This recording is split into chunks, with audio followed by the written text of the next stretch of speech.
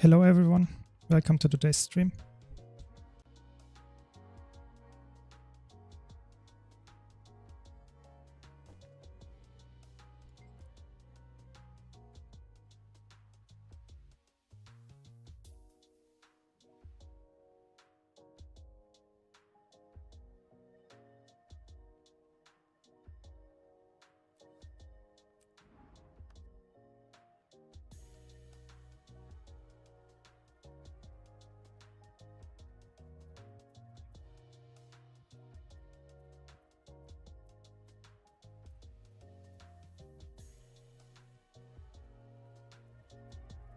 Hello, hello. Hi Skywolf, welcome.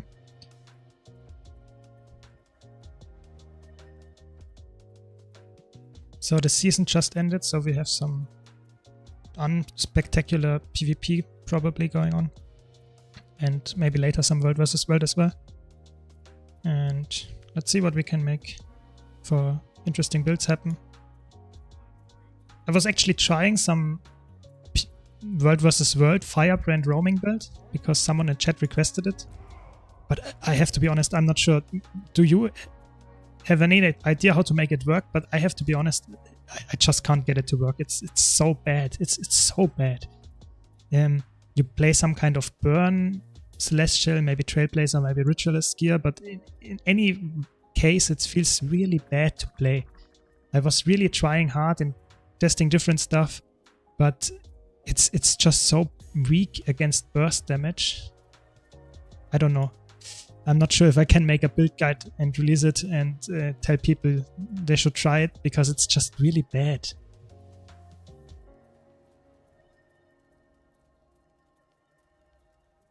Okay. Interesting comp.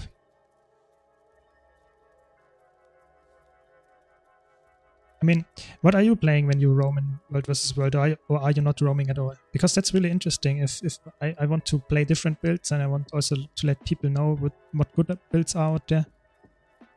And I would be interested if you have something that I should make a video about, because you want to get credits for it, please let me know. I'm always happy to show different builds.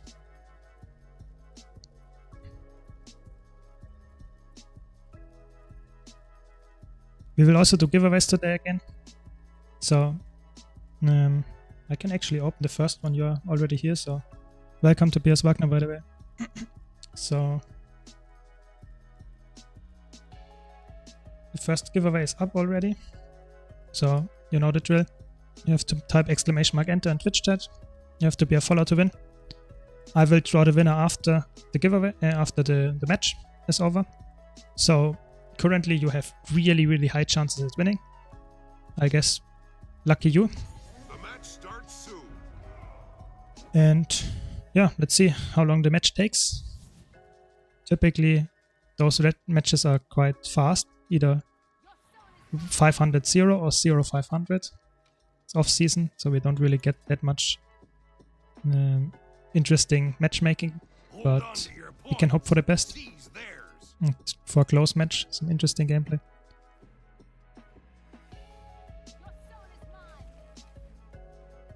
I'm just playing the classical Conti Reaper build because I really enjoy it. It's not that good anymore. Don't get me wrong, it's a good build, but it's definitely far from its best days. The Scrapper should be an easy target here for me because they don't have that many stun breaks. They actually have only one, I think. And oh, that hit me. I did not expect to hit me with this one, but okay.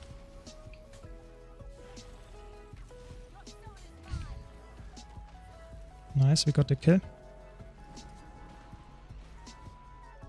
Really, the side is disappearing for you? That's interesting. Maybe I just didn't notice and it happened for me as well. You lost the waterfall.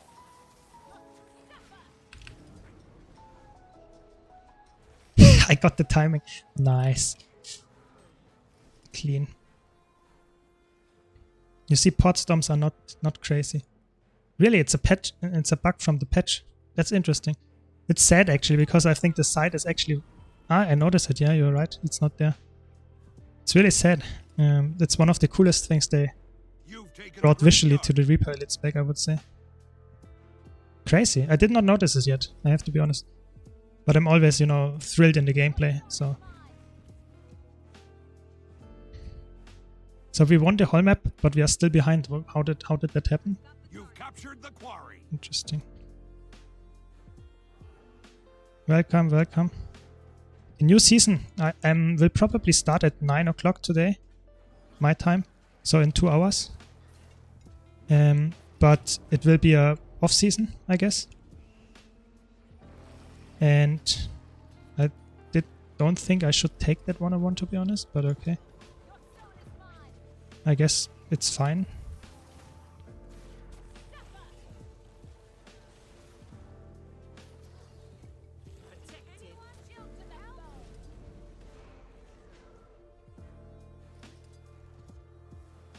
It's fine. I won it. Yeah, I think it will probably go for 2 to 3 weeks, the off season, and then we have another conquest season. That's just the typical schedule they have. Welcome, Krana, as well. Don't forget to enter. We have another round of giveaways going on today.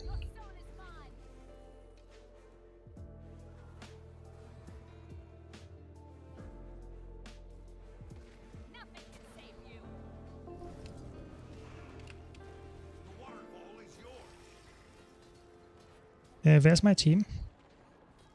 Help, please. He.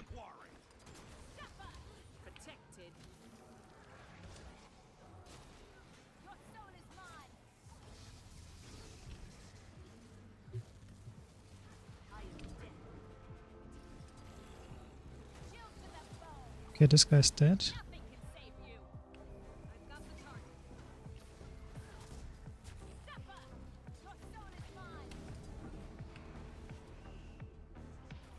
Nice. Forgetting to enter is fine, yeah. I guess for those guys that are already entered, you don't want to have more competition. That makes sense. Yeah, as typical. But I guess I want to have more people to enter just because I find it more entertaining to not always have the same people win. But I think it's totally fine, you know. If I draw twice, maybe thrice the same winner, that's how it goes, you know. That's how statistics work.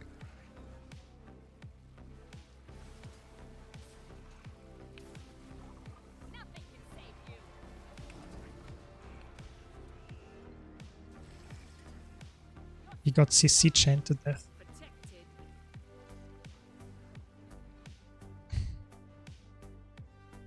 I mean, it's a classic experience here.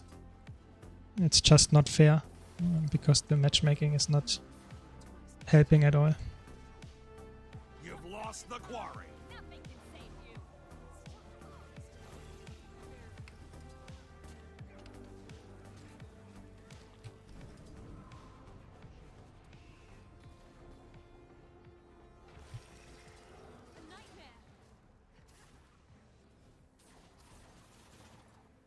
Nice. You've taken the graveyard. In PvP, I'm actually, give me a second.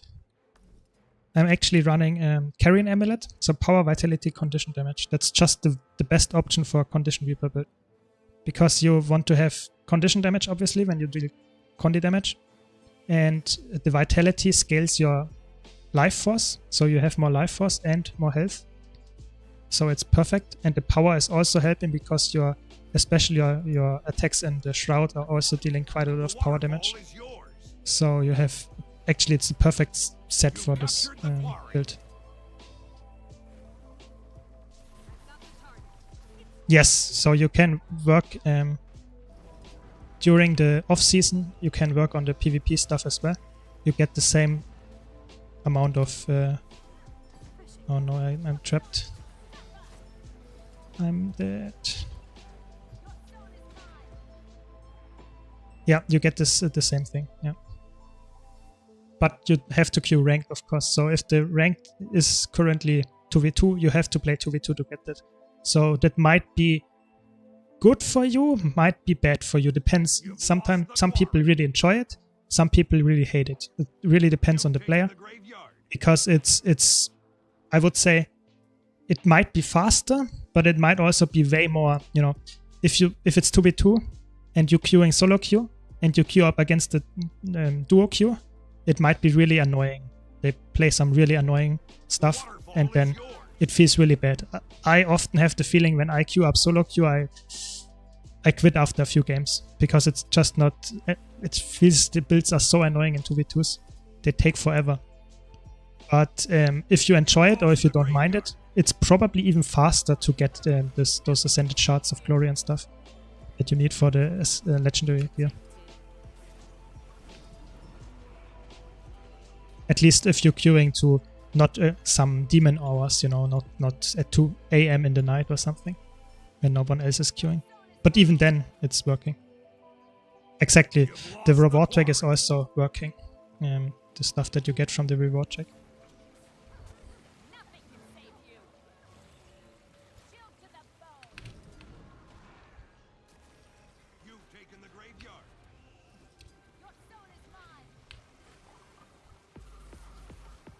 Waterfall is yours. See, this time this thing crit and I actually hit him quite hard because I had some power, which is really nice. And every time I get into Shroud, I get Fury, so I get some crit chance, so it's actually really well-rounded build. Sadly, it's not really meta right now, just because it's a little bit too weak against some power bursty specs like Willbender. But it's definitely a really strong build. Ah, okay. Yeah, makes sense. Welcome, Clipshon, welcome. I will draw the giveaway winner in a few seconds when the match is over, so be sure to enter. You have to be a Twitch follower to win. Exclamation mark enter in the chat. Chances that you win are quite high currently. We don't have that many viewers yet. Yeah, I think PvP, the biggest thing that I enjoy in PvP is when the matches are close, when I think my decisions matter. And often in 2v2 it feels like when I queue against two people that are really experienced and I have someone with me that is not experienced, I can't carry. And it's really one-sided. And that's why I don't really like the off-season. But if you don't mind that, or if you have someone to duo queue, then it's I think very fun actually. It's one very skill-based, definitely. Your team is victorious. Yeah, there might be a rush as well. I don't know. Could be. Okay, so let's draw the winner. I guess no one is entering anymore. Let's first check what we want to give away. Do we have today? Maybe this one. This one. This one. And last 30 seconds. I think the prices are dropping, so it might not be that much anymore. But better than nothing, I guess. It's still around 30 gold. Ah, you have to be in Twitch chat to win those skins. Exactly, skins are skins. You have to be a Twitch follower to win, and you have to write in Twitch chat exclamation mark enter. Thanks for the follow, Zoro. And let's see who will win this giveaway. It's Clipshon. Congrats to you, Clipshon. Hamad, thanks a lot for the follow. We will do another giveaway as well. Don't worry. Please let me know your account name in chat. Don't worry, Hamad. Next time you will get in. It will in 20 minutes or so. We draw the next giveaway winner. Congrats to you, and let's see what we can come up with in the next one. Give me a second to start the new giveaway.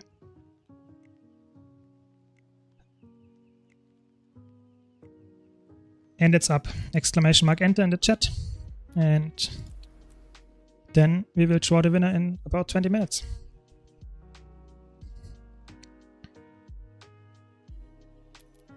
So let's see if we can get some world versus world going. Currently the matchup is quite fun actually. We have always something going. Always I can go anywhere and there are some people going in the circ, in the roaming. It's really fun, so I really enjoy it. I was actually experimenting with some stats, so currently I'm trying here Marauder with the Lake of Nyos. I was thinking about going for different traits because this build is extremely strong. It's so defensive, and I might test some other stuff. Maybe I will test some water and earth. Let's see. Nah, maybe not water. Maybe fire is good. It's hard to say because the problem is if you take fire, you get a lot of Condi cleanses, especially on Catalyst, and you get the Might application. And if you don't have the access to your Arcane, you lose a lot of wounds. But with the Seer, you should be fine. And Earth is actually with the buff here. This diamond skin is so strong. You remove so many conditions on Dagger. So currently I'm on Fortune's Veil. Yeah, I don't know when the next relink is. But for now, that's my server, yeah. The matchup is quite fun, yeah. Domain of Anchorage is always active, and Palavadan is, at least in the evening, I feel like somewhat active.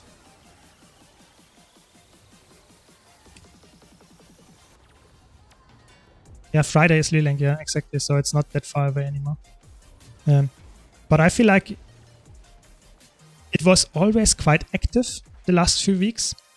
The only thing that I would criticize is that I'm always playing against maybe 2 more servers. So we are playing in total against 4 different servers. So it's always the same in some different, mix, but some different permutation. But in the end, it feels like we're always playing against the same people.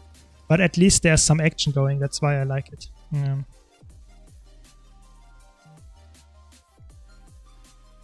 Yeah, I don't know if I'm tier 1 or what. I don't really care. I just play World vs. World because it's fun. But it feels like I'm always against the same servers, which is a little bit boring, obviously. But at least we have some people to play against. It would be very, very boring if I had the same people, all the same servers all the time, which would be empty and no one is there. But luckily, that's not the case.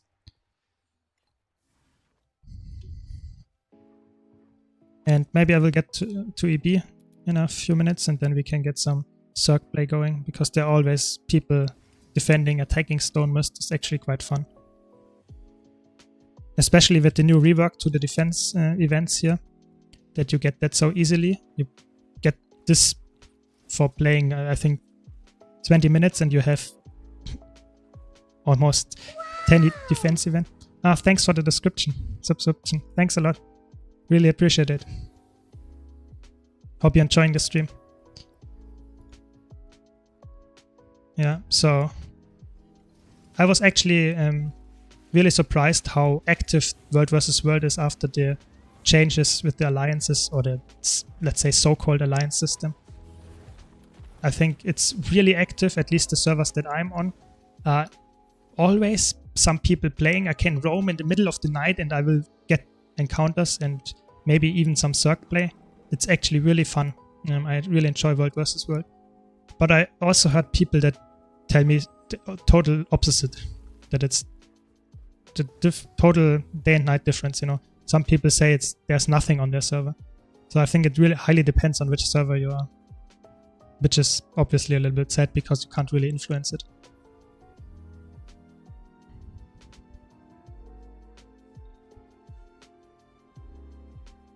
Yes, the new season starts today at, let's check. New season here should start in 1.5 hours. So don't have to wait that much longer. So how many are there? Maybe 6 people? Yeah, 4. Let's go.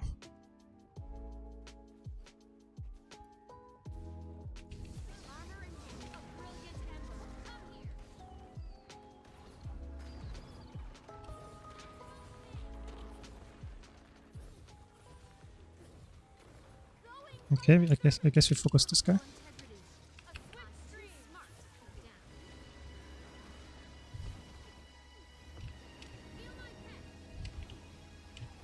Okay, I guess we got one. Have to be a little bit careful.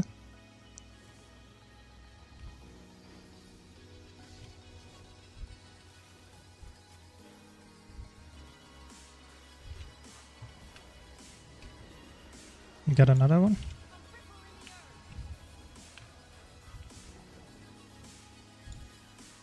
Another one.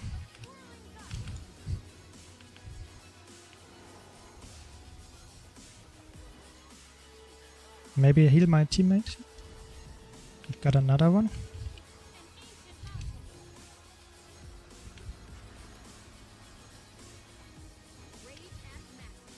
Okay, he blinked.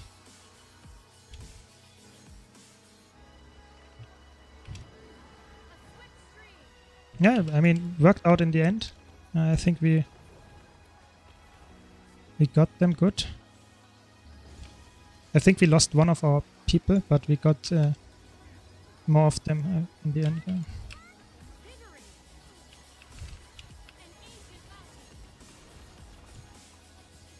Very nice.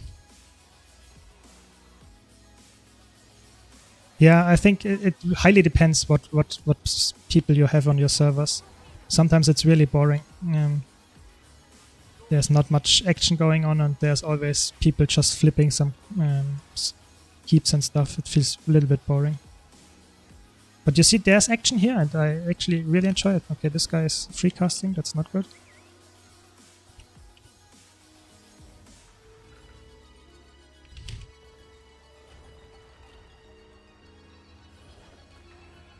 I have to kill this guy, I think. Because it's power damage. Always focus on a power build. It's not that defensive. Welcome, Caspi.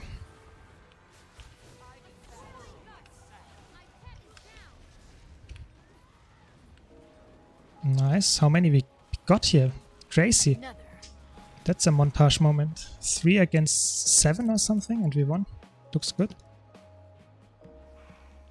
And we got the camp. I will draw the giveaway winner in 10 minutes, Caspi. You have to be patient.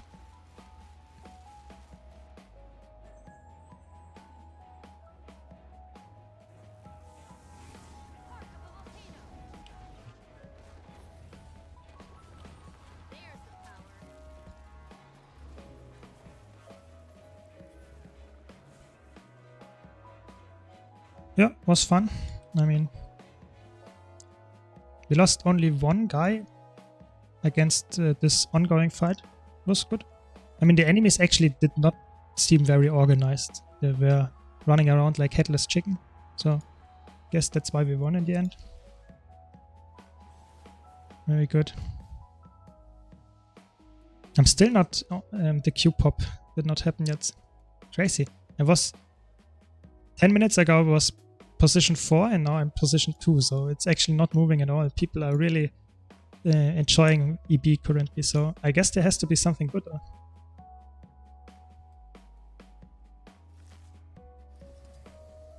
Let's see.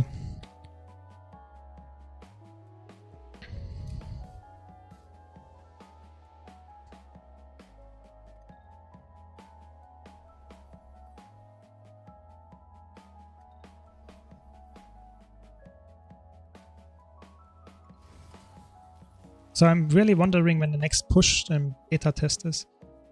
I think people really played it. It were really active in the last one. So I think it would be interesting to see if there are some changes they will make to the next one. But I think it's not this year, so it will be probably early next year. I don't know. Be interesting. Thanks for the follow. Really appreciate it. Thanks. Kiona, so which class is good for open world and strikes? So I would say depends a bit on what you want to play, which role. But I would say for PvE, open world and strikes, you can play, of course, every single class. It doesn't really matter. All of them have a good build. You should play what you enjoy. That is the most important thing. But currently, for strikes, Mesmer is extremely good. You have so many different builds that you can run, Virtuoso, Power, Condition, Support Chronomance, and every single variation is really good. But for open world, actually I have now on my YouTube channel a build guide for every single class, which is a really strong open world solo build. So I would say just play the class that you enjoy. For open world, probably the best one is Revenant. Vindicator is extremely strong. You permanently dodge and you get a lot of stuff. And passively, it's really good. I would say that's a build I would recommend if you enjoy Revenant. And Revenant has a lot of good strike builds as well. So my current build is actually Earth, Fire, Catalyst. I have a lot of Condi cleanses, a lot of Might application. These are the traits. And my gear is full Marauder with Traveler Rune, Energy and Cleansing Sigil, and Nios Relic. So really defensive setup, but offensive stats. So that is my current build. It's not, I would say it's not extremely strong in a 101, because people might out-heal my damage, because it's not that crazy. But in 1v2s or something, I actually can sustain long enough that I might get some surprise burst damage on them. So it's actually working quite decently. Yeah, I would say that one of the best builds that you can currently still run on Elementalist for roaming is probably Signet Catalyst. So you have full Signet for Signets and some really defensive Condi traits. But I played that build for way too long and it's not that enjoyable for me anymore, so I wanted to play some Dagger Dagger after the buffs. That's the reason why I play this. Because I think Dagger Dagger, almost since the release of Guild Wars 2, is one of my favorites, so really happy. So I think you get in the mini season the same amount of pips. I'm not totally sure, but I think you get actually the same amount of pips if you win and if you have the highest, the platinum ranking. I think you actually can progress therefore faster than you would normally in ranked with the pip system. So if you only therefore the reward 2v2 and the upcoming season, I mean, might be faster. Yes, definitely.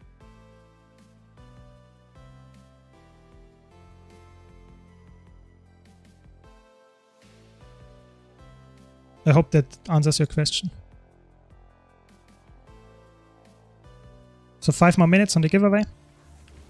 Be sure to enter the giveaway, !enter in Twitch chat. You have to be a Twitch follower to win. We give away around maybe 30 to 50 gold depending on what skins I randomly choose from my bank.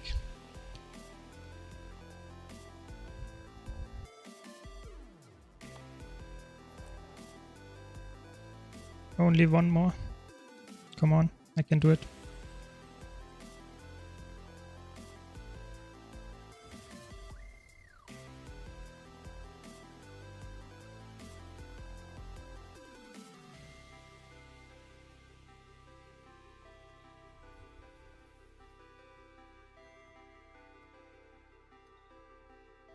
Yeah, it would be really interesting to see if we get some balance changes, at least some small ones, with the Winter's Day patch, which will be, I think, next week. Or yeah, next week Winter's Day will release. So maybe we get some hotfixes. Would be interesting, but maybe not. Hi, Uncle Drog. Welcome to the stream. Yeah, but I think next it might just be some flip over. You know, they just pressed the switch and Winter's Day is here and nothing happened. You know, nothing, no patch, no hotfix or something. But I really hope next week we get a little bit of changes to maybe some relics, because I feel like the new relics are really bad except one. Yeah, they said they nerfed Decima. That's true. Maybe I guess then there will be a small patch. You're right. I think. It might be a hot take, but after people figured out how to do Decima, it's actually quite easy. I think the last time I did it, we killed it after 1 or 2 tries, because you just have 2 different subgroups and it's really easy. But if they nerf it, it might be quite easy. It might be one of the easier bosses then, depending on how. I mean, it might still be a pack killer, because it's just if you don't organize well, then you might fail, but now with the new changes they announced, I think it will be way easier to make sure that you can still do it even if some person fails, which is of course the biggest issue. Because if you now lose a player or 2 players even, then it's very unlikely that you will win. Exactly. I would say it's a cool fight, and in the end I would say it's good that they have a cool design and maybe challenging design, but it's too hard for normal mode, or too punishing for people that fail mechanics. But I agree that the other 2 bosses are quite simple, especially if you run the epidemic stat on Ura. It's very simple, and even the first one, Greer, is just run around and damage them and dodge their attacks. It's not really mechanic. There's no mechanic actually involved in the whole fight. But it's okay, you know. I don't expect the normal modes to be extremely crazy by design.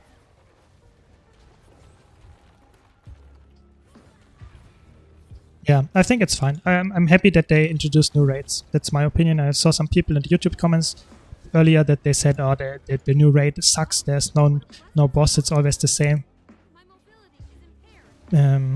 asset they used. But I feel like better having a reused asset than having no raid at all. Yeah, have a nice evening as well, Tobias.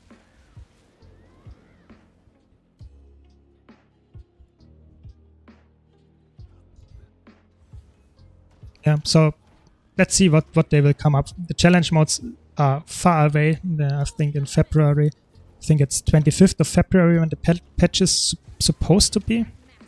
So it's really long away still. Let's see how hard they will be. Statistically speaking, this is rather rare.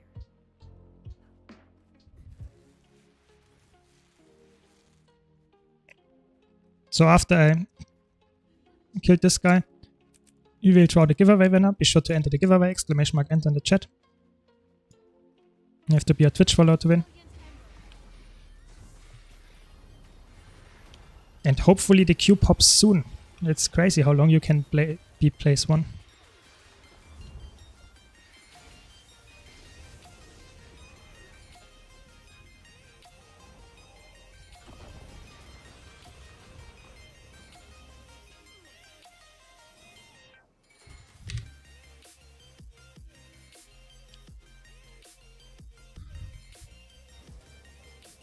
So let's see. Thanks for the follow, Frog. Let's get some random skins I have here. This one. I think this should be around 40 gold. Welcome, Frog. It's ! Enter for the giveaway. It's shorter. Should be better to remember.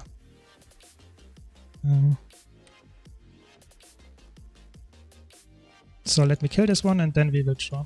So you have 1 more minute or so.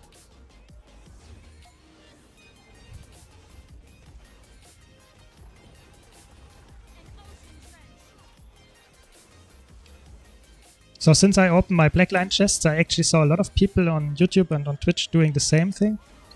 But none of them actually did so many as I did, and I think most of them were luckier than me. So yeah, that's just how it goes.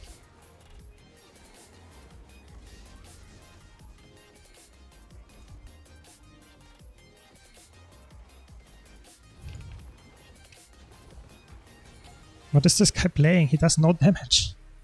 It's just evading all the time.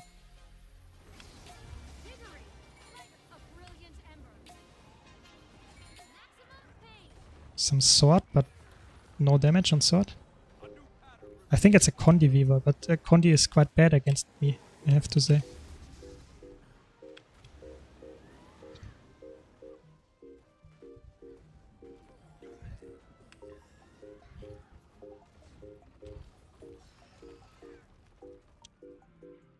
So yeah, I think 2v2 is quite fast. I think Especially if you queue up at prime time, you get matches really fast, and it should be quite fast, even if you lose. Welcome, Heavenfire, welcome. So, just in time for the giveaway. Holy shit, do I get the camp finally? No, I will not.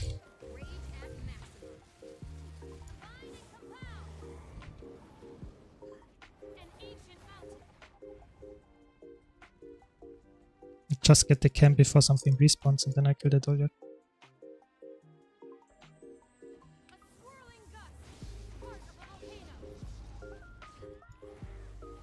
Welcome, Filthy Casual. Don't forget to enter the giveaway. Last chance, I will draw the winner in a few seconds. It's not showing off if you earned it. All the elements. Okay, so now it's time.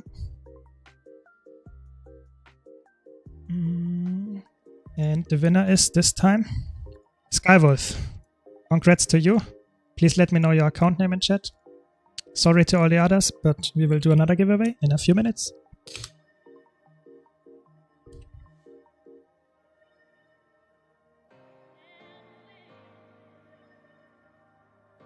Congrats. Exactly. That's just how it goes. Sometimes the wolves win, you know. Okay, the next giveaway is up. Exclamation mark enter in the chat. You have to be a Twitch follower to win. Thanks for the follow. Arch, name me. Welcome to the stream. And we will draw the giveaway winner in around 20 minutes. I think it will never pop again. It's just bugged. I'm stuck here. No one will leave the map.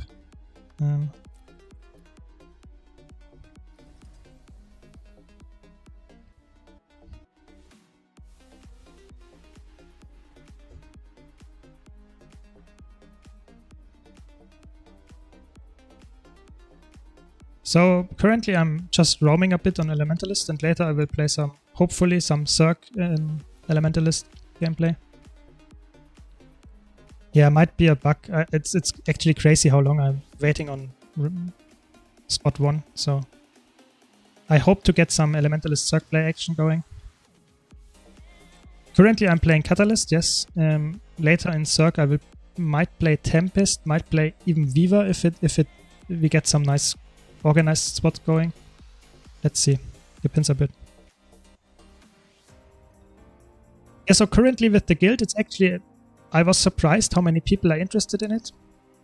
I think I will do a community guild. I'm not sure how fast I will create it though, because I need some people that help me organize it, because it's not... You know, it's some time effort that I would have to put in, and it would be time that I can't stream or that I can't make YouTube content.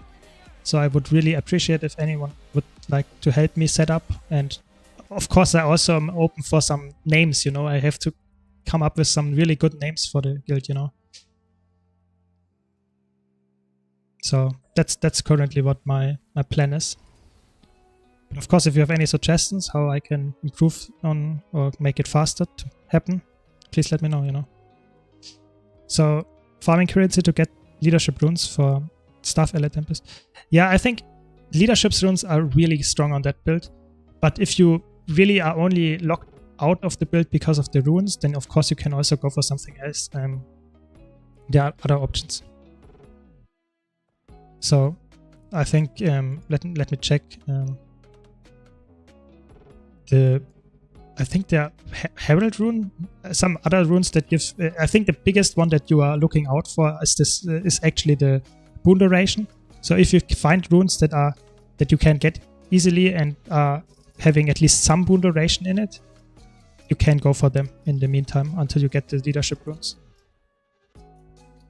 Because the boon duration is the stat that you lose by playing Celestial nowadays in World vs. World. So that's the stat that you would, you know, require to change. Let me check. Boon. So yeah, I mean, leadership is probably the best by far, but you could go for Radiance. This gives you a little bit less stats, but it gives you the same boon duration. Or Herald, like I said, Herald is good, gives you toughness, but yeah, same boon duration.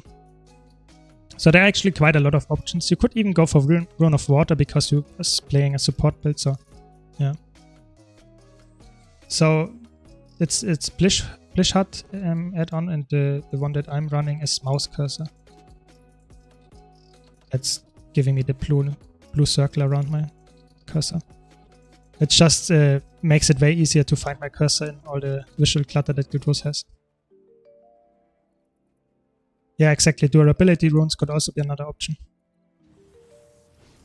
Thanks for the follow, Stalker.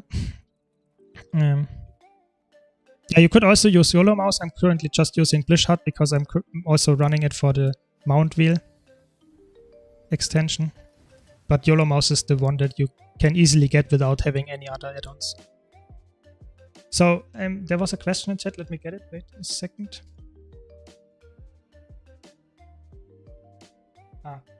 About the siege weapons. So they introduced a really big achievement for World vs. World. Those arrow card or all the siege blueprints, and you get the infinite ones. So I mentioned it in the video where I talked about the patch already, but after there will be some nerfs, so are already out the nerfs to how expensive they are, because they are really expensive. Not only in the terms of gold sync, but also in the terms of tickets. I think you need, I'm not sure, but I think every single one needs around 5,000 to even more. Just get it. So it was 10,000, now it's only 5,000. Which is actually insane, because if you want all 7, you need, I think you needed 70,000 tickets. That's quite a lot of World vs. World that you have to do. And there are also other grinds going on. Yeah, exactly. Exactly, you need a lot of skirmish tickets. And the thing is, I think it's fine in the sense that you have a grind to do this, and people that don't have a use for it can go for something. That is fine. I think that is good. But for me, it's a little bit inconvenient, you know? So you get the infinite siege tool, and it's still using a character on your character. It's still using a slot, just like this one, you know? It's exactly the same space that it uses, but I would have to use, even if I have all 7 of them, I would have 7 slots filled. I think the best thing that they could do is, if you have all 7, which is obviously an insane goal to have, but if you have all 7, you should be able to combine it into one, so that it's at least saving some space. Because if you play multiple characters in World vs. World, you have a big issue. You always have to put it in the bank, get it out of there, or use 7 different slots for the shared inventory, which is really quite a lot. That's why I don't like it, you know. So it's you spend a lot of time and investment and money, even, you know, in-game money, for not getting anything that is insanely, you know, convenient. It's just something that you have, you know. For me, it would be way easier to just buy a stack of catapults and use them out of my inventory, and buy 1 stack of catapults for every single character that I use, and I have the same thing for way cheaper, and it's actually the same convenience. I just have every 250 uses I have to get new ones. I think that's worth it. So I think it's good to have a grind. I like that. I also like that they have some achievements bound to it, but I'm not really happy with how convenient they are to use, you know. That's just my opinion. The ultimate thing would be that you have something like like this here, that you can pop out in World vs. World to select which one you want to see, and it doesn't use an inventory slot at all, and you can use it on all your characters. That would be amazing. Yeah.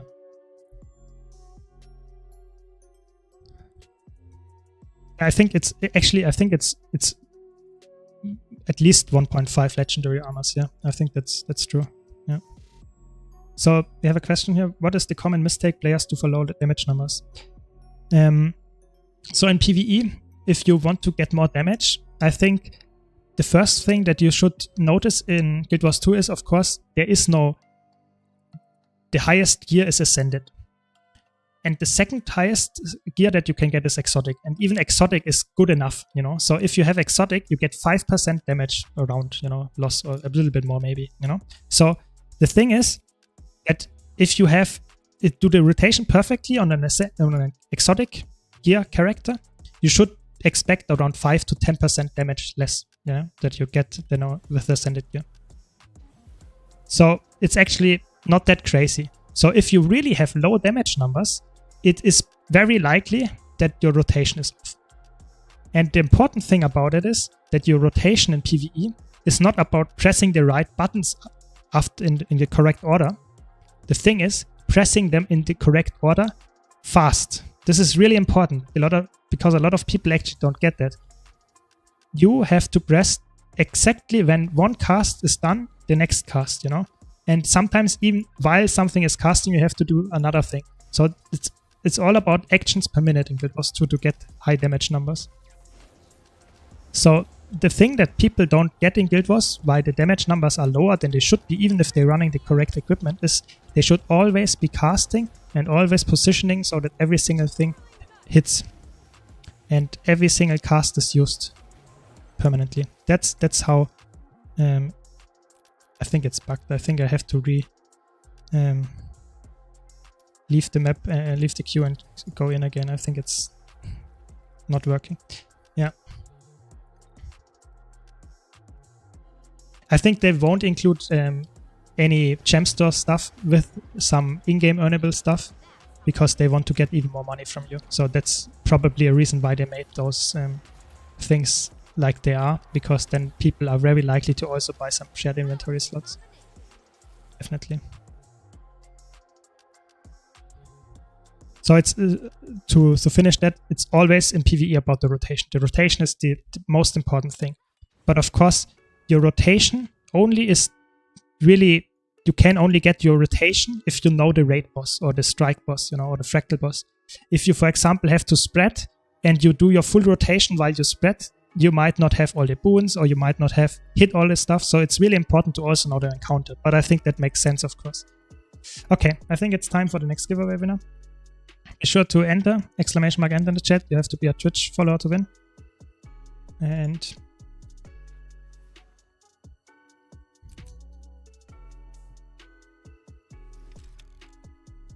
let's see.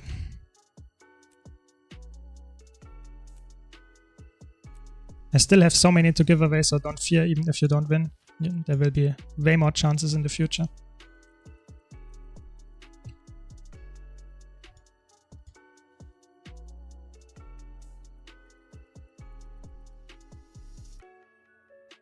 Okay, I think it's time. Hope everyone is in. And Munkeljock, congrats to you. Please let me know your account name in chat. You should be here. I saw you just a minute ago.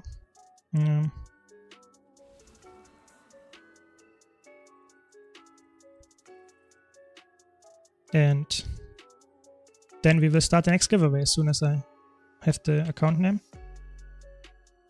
If he's not here, we will go for a reroll, of course. But let's give him some time. Just to be fair.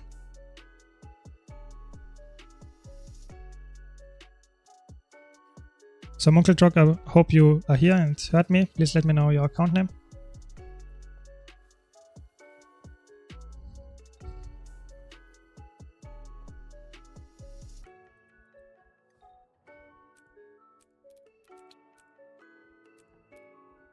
It's sad actually. I was queuing up and it was not working at all. Now I have to restart the queue. Really sad. Ah, there he is. Perfect. Congrats, and then we will start up the next giveaway. Give me a second before you spam. Yes, and now you can. !enter the chat. You have to be a Twitch follower to win. Next giveaway winner in 20 minutes.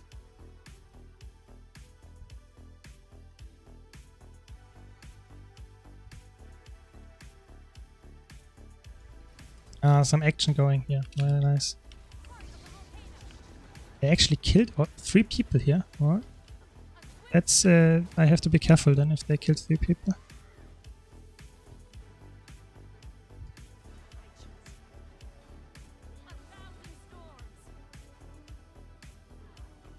Okay, that's also actually quite a lot of people. Let's better leave.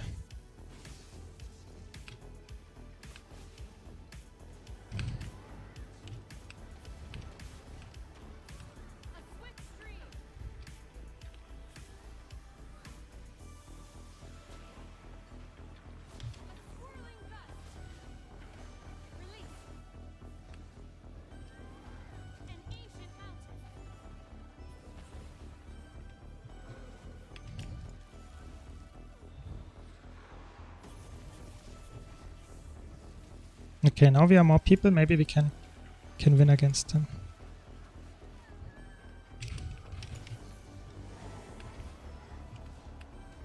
You see, if I land my burst combo, it's around 10k. If I can surprise someone, it's actually this build does a lot of damage and has quite a lot of sustain. You just have to be careful because you don't have any toughness, so your protection is the only thing keeping you alive. If you get stripped, if you don't apply it fast enough, you will die. To a power build at least.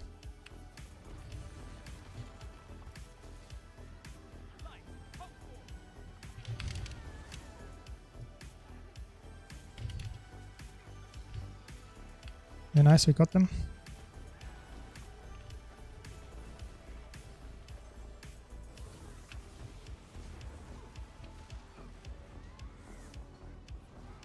Never felt better.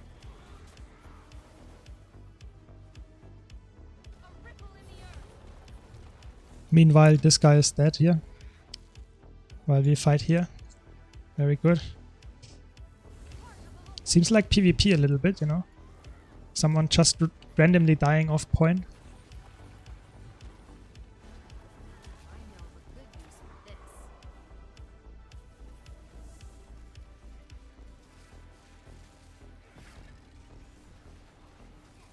There's the power.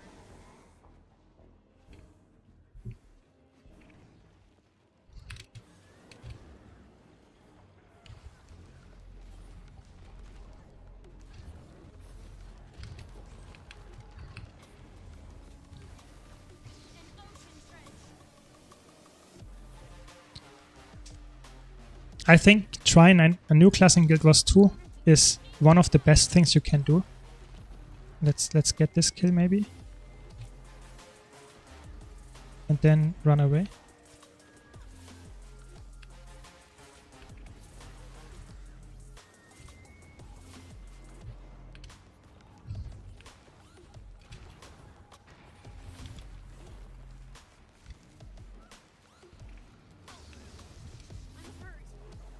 And I would say if you fear that you are bad at something, I think that is just normal. You know, if you start something new, you will be worse than if you played the same thing. But this fear should not keep you from trying something new. At least if you feel like you are bored by the old thing. If you like the old thing, then why not go for it for longer? But in my opinion, Guild Wars 2 is a game that is really all character friendly.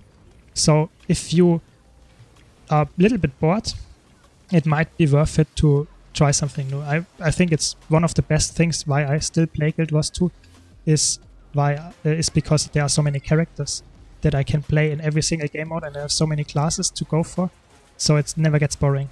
So I would highly recommend people to try it, even if you're worse in the beginning, because if you are not trying it, you will not have some more fun in the future. You know. Holy shit, that's close. No, they got me.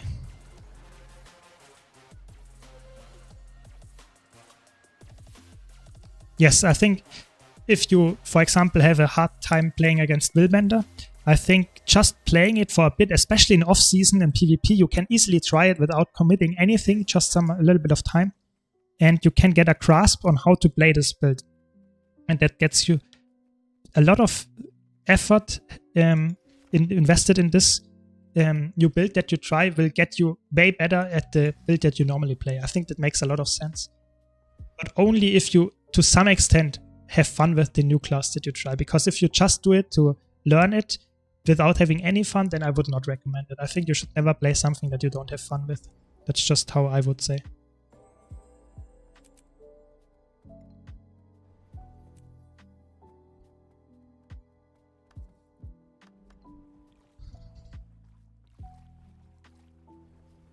So I'm playing Catalyst, so I can't overload. So I have to play Tempest to overload my attunements. If I would play a Sage Tempest, for example, like in PvP, some Condit Tempest, then you would only go for your overloads if you can get a big use out of them. I would say you only go for overloads if you have supportish trade lines in it, and you play some PvE character when you have a lot of, with the air overload you get a lot of stuff.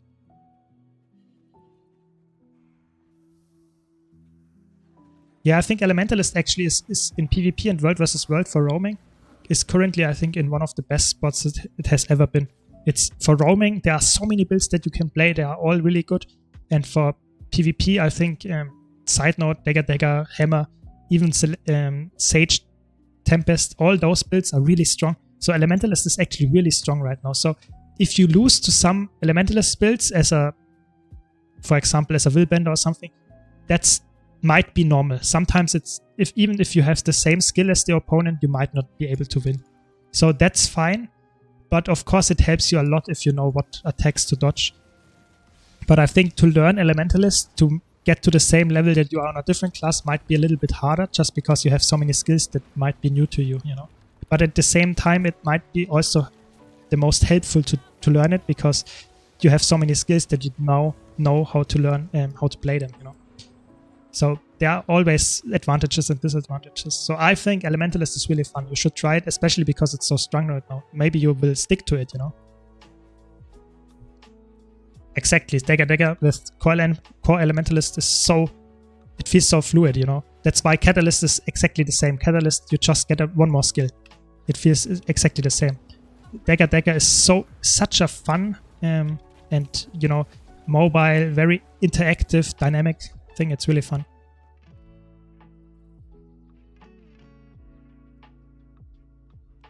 Yeah, yeah, I think Willbender is in a weird spot, definitely. I think people that don't play Willbender don't like it, and I think that is totally fair. I think it might be too strong to some extent in the burst damage that they can provide, and the mobility is really annoying.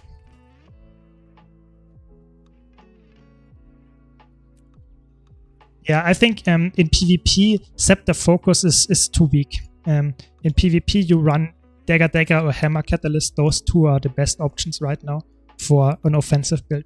If you play a support build, then of course you can go for Staff or even Dagger Focus. Those two are the best options.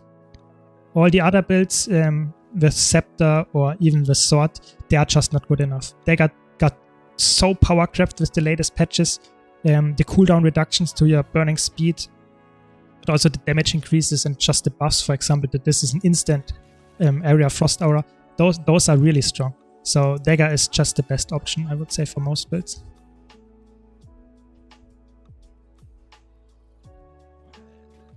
Yeah, I think Dagger is also so good in roaming because it's so mobile. If you combine it with Elemental Celerity on your Catalyst, you have double 1200 range mobility skill. It's insane. It's just really, really fast. So Elementalist is in a really good spot right now. Yes, I think you're right there. Scepter Dagger is actually a build if you can play it well, especially as a Catalyst or maybe even a Power Weaver, some fresh air variant. You can get a lot of burst going. But the problem is, if you face people of similar skill level, you might lose because the build is just not good enough if it comes to burst damage. For example, if you play against a similar skilled Willbender, you play against a similar skilled Condi Reaper, you will lose. Just because the build is a little bit worse. You know, it was in a way better spot maybe 1 or 2 years ago, but now it's just a little bit worse. That's just how it is. But it doesn't matter, you know. PvP, especially in the off-season, you can play whatever you like and still perform well on it, you know. I think this one, Hollow, I don't know if how he got his rank 1, but I played a lot against him this season and he was oftentimes playing Core Engineer, you know, with Spear. So it doesn't really matter what you play. You can get rank 1 on anything if you play it well enough, you know. Just saying, you know. So if you have fun with a build, you should definitely play it and not say, oh, it's not meta, I don't play it. Of course, trolling your team with a really, really disgusting and really ugly build that is not good, you should not play it.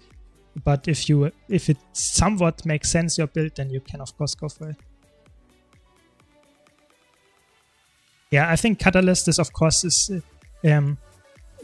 has more mechanics because you get the sphere and you get the trait that whenever you combo in your attunement, you get a aura based on the attunement. Yes, that makes it a little bit more complicated, sure. But in the end, it's still a dagger build.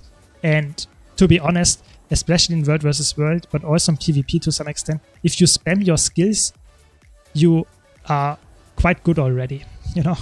And if you then over time learn how to use them correctly, so which combos you should go for to get magnetic aura or shocking aura and have the uptime that you need to play it really defensively, then you get better at the build, you know, after playing some time. Because that's the biggest advice I can give people: just play, you know. Don't get the fear that you have about not being good at the build in the way, you know. That's not the thing that you should do. If you have fun with a build and you're not good at it, just play it more and you will get better. That's just how it works with everything in life, you know. If you do it more, you will get better. That's how it works. You might not get to the point where you are the best at it. That might not happen. That is not something that everyone can achieve or everyone wants to achieve. But if you play better or more, you will get better. That's just how I think it should be and is in life.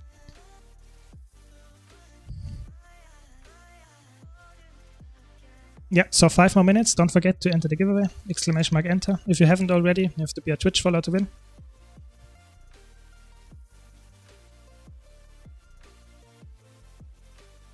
Maybe we'll get the Q-pop this stream. Maybe not.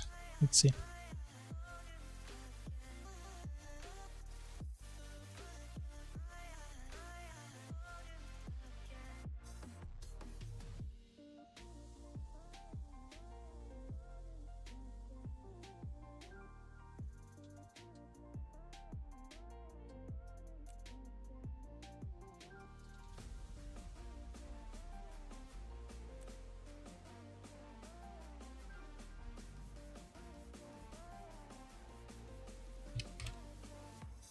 Thanks for the follow, Agroxa.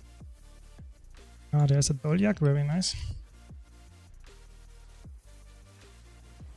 I think it makes sense. Don't get me wrong. It makes sense to look watch some guides, look up some stuff that you don't understand. Totally makes sense, especially if you're completely new to a class. But in the end, nothing can compare you for the real practical experience. You know, that's what I think is really important to understand.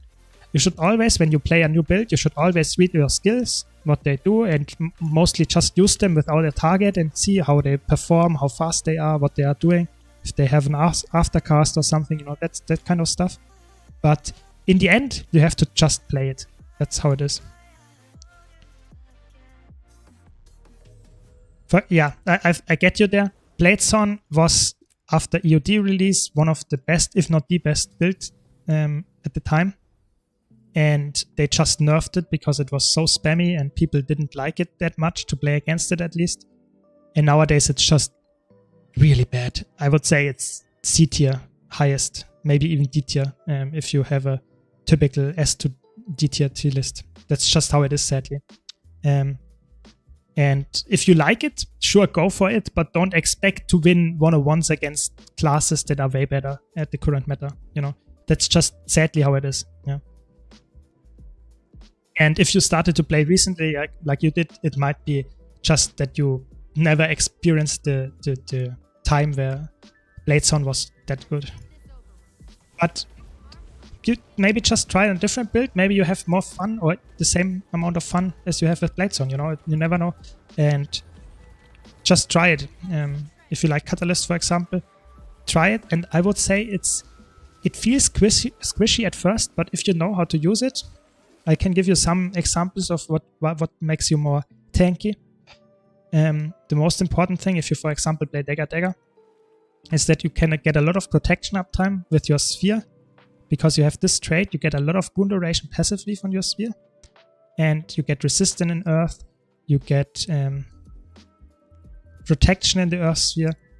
And therefore you should always be in your Earth sphere, because you should be in all spheres, but especially in the Earth sphere. And then your shocking aura, you get it from this skill, but you also, if you combo while you're in Earth, you get it while you're on Earth, yeah, you get it as well. And that's passive mitigation, you know, because shocking aura applies a stun to all the targets that hit you that don't have a stability. So it's extremely strong and a really defensive tool. So don't underestimate how good this aura is. And in Earth, you get Shocking Aura, or Magnetic Aura, I mean. And Magnetic Aura is extremely strong as well, because a lot of skills are reflectable, and this reflects it, so you don't get the damage from the skill, and rather damage the enemy. So this is why this build has so much defensive tools, because you have so much passive procs that help you, you know?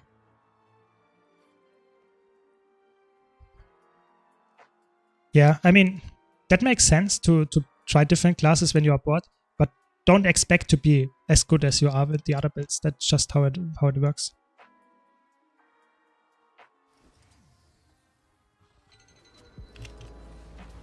So you see, now I have my Magnetic Aura up, and the Magnetic Aura is extremely strong against the Druid, because the Druid has a lot of projectiles, and all of them, if he doesn't use a, how's it called, unblockable skill, will be completely denied. And this is obviously really strong. This guy's just free casting me, what I don't like, but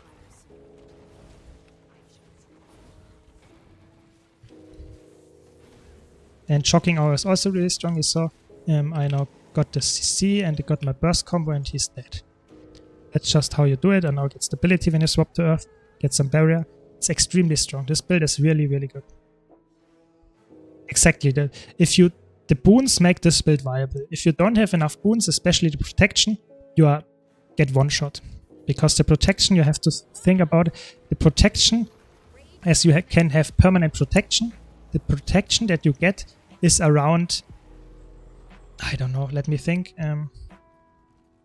I think the protection is around multiple hundreds of toughness equivalent. So you get so many more stats by having permanent protection. That's crazy. So in World vs. World, my gear is full Marauder.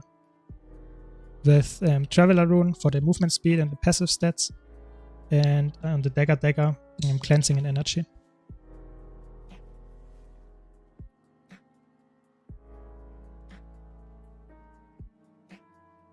Okay, I think it's time to draw the giveaway winner. Yeah, that's smart to use the stuff from the Astral Vault or the Wizard's Vault. It's really good. It has a lot of rewards, you get it really easily. So, let's draw the giveaway winner and then answer more questions. Don't forget to enter, !enter in the chat. And let's see what we have to give away this time. This one. This one. This one.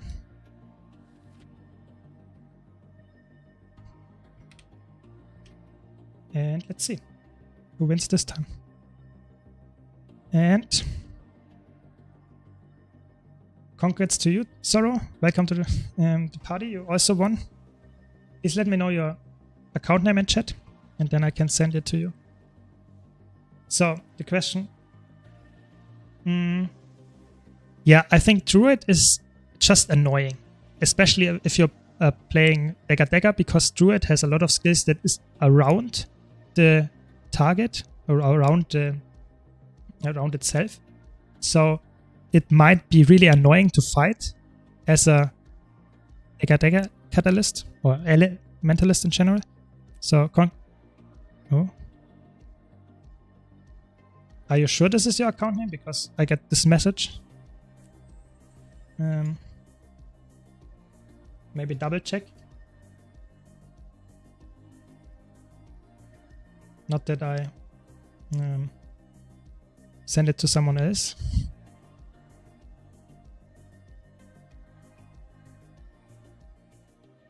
At least you're here, but might be better to have the correct account as well. Yeah, so I think the 5 skill in Celestial Avatar is really annoying. So, of course, try to cleanse this load. Especially the Immobilize is really annoying because all your movement skills will not work then, not that much at least. So, I think that's why you should really be out to get this track. So it's the same account name. Interesting. I can't send it to you then if it's not working. I'm sorry. I'll try one more time, but sorry. I guess that's not my fault then, because that's game side. I don't know.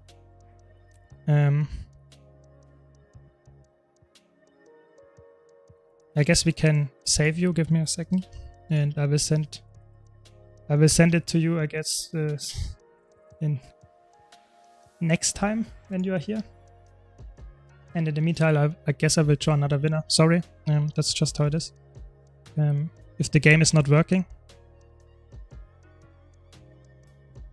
I mean, I could try a different, but I mean, I just copied it, you know.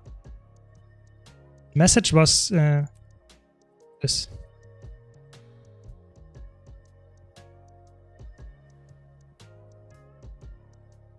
Yeah, I don't really know what I can do. I think if Zorro compared the names and it's completely correct, I think I can't do anything about it. Like I said, I will try next stream. So tomorrow I will stream again. I will try again, and you, if you're here, you get it. But sorry, can't do anything. I just will reroll now and see if someone else wins.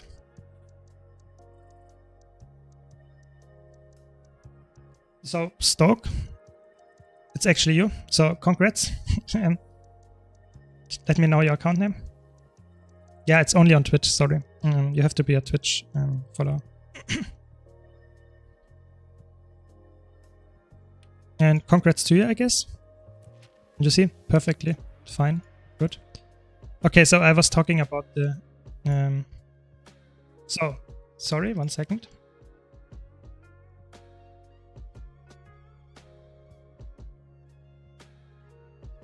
So the new giveaway is up. Exclamation mark enter in the chat. You have to be a Twitch follower to win. Really easy. Just exclamation mark enter. So this trade is the... So you actually have, with this build, you have 2 really good cleanses. So when you apply an aura, you get a cleanse. And when you use leap or blast finish in a combo field, you get the cleanse. So therefore, if you get slowed and immobilized, you have to be really fast to use your cleanses. And you have a lot of cleanses because you have your fields that are instant cast. And you can combo that with burning speed as a combo field fire. You can use, of course, this skill. You can use this skill, this skill, this skill. This is a blast finisher now. This is a leap finisher. This is a blast finisher. This is a blast finisher. So you see, you have a lot of cleanses. And if you use that against the druid in the correct moment, you actually have not a big deal. It's not a big deal to get immobilized. That's how I've... okay. So I guess then I will send it to you as well. Just because I'm a nice guy. You will get it as well.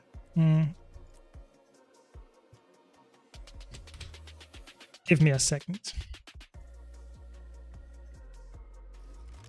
Yes, you can play a condition build with that setup as well.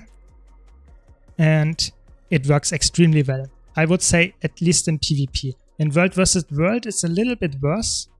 Yeah, now it works perfect. Congrats to you then, I guess. It's a little bit worse because on Dagger, your Condi application is actually okay, but you have a lot of power damage as well. And so I would say Celestial is really good on it. But if you run Celestial, you don't get any boon duration. So that's what I don't like. So it's fine. You got it in the end. Yeah. I think the Condi build is extremely strong in PvP right now. That's just what I feel. I made a build guide about it. If you want to check it out, it's on my YouTube channel. But just play it and test it. It's extremely strong in PvP. I think it's also quite good in 2v2 because it has a nice support baked into it. So it can be really good. I would say you would not run it in World vs. World for the most part, but in PvP it's extremely strong.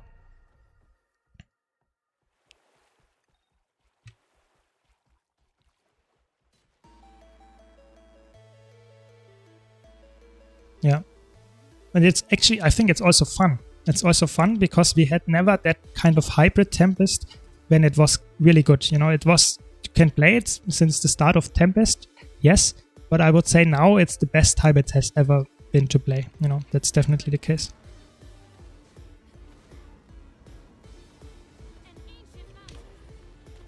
But I feel like in World vs. World you definitely need the boon duration, the most that you can get. And Celestial is just really nerfed that you don't have any boon duration. But it would make sense to run it anyway. I think it's still a good build to run, definitely. Oh, the guide is for PvP. I have a guide for World vs. World as well, but it's actually using this gear that I'm currently running, so Marauder. I might make another Condi build for Dagger as well, but I feel like if I only pump out Elementalist guides, it feels a little bit boring to people that don't play Elementalist, you know. So I want to have a little bit of a variety there.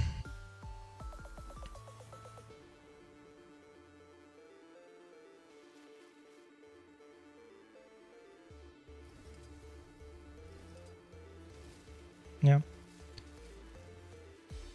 But I feel like Elementalist is in a really good spot in World vs. World and PvP. You have so many builds that you can play, and also a lot of weapons. So hammer, dagger, even dagger, focus, staff, if you play support, are really strong. I think the only weapon that is really bad right now is sword. Sword is not used in any game mode, and it's just not really good, which is a little bit sad.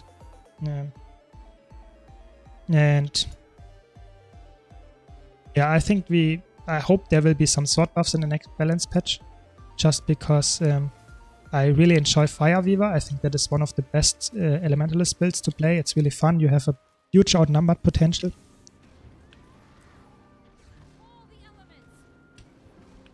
Oh, I did not crit. So sad. If that would have crit, I would instantly one-shot him.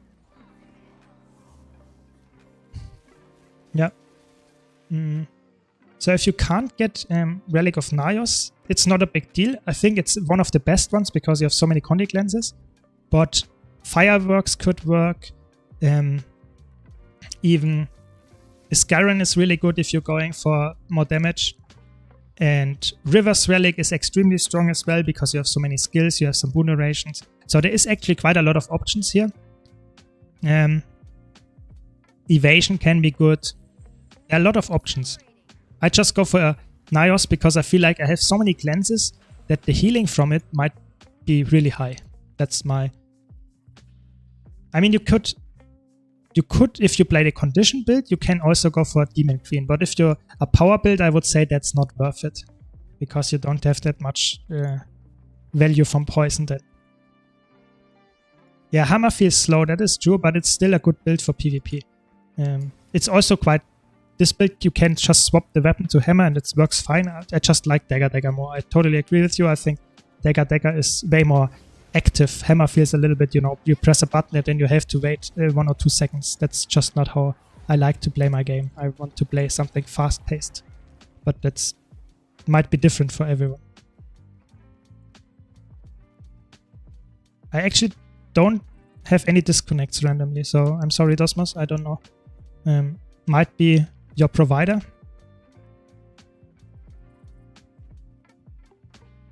Yeah, no problem.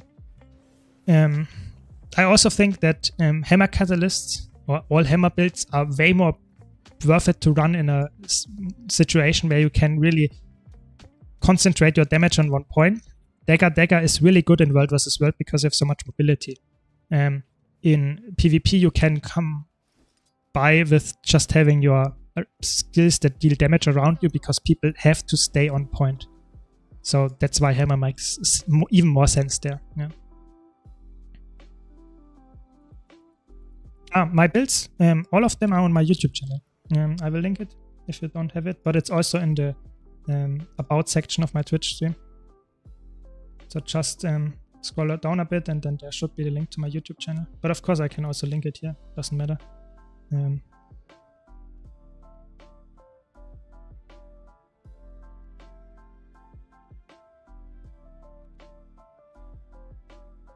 Yeah.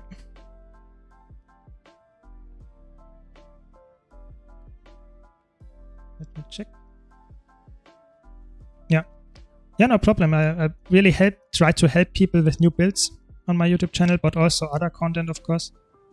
And like I said, I'm a very new streamer and content creator, so I'm still really appreciating all your feedback. And of course all your support as well.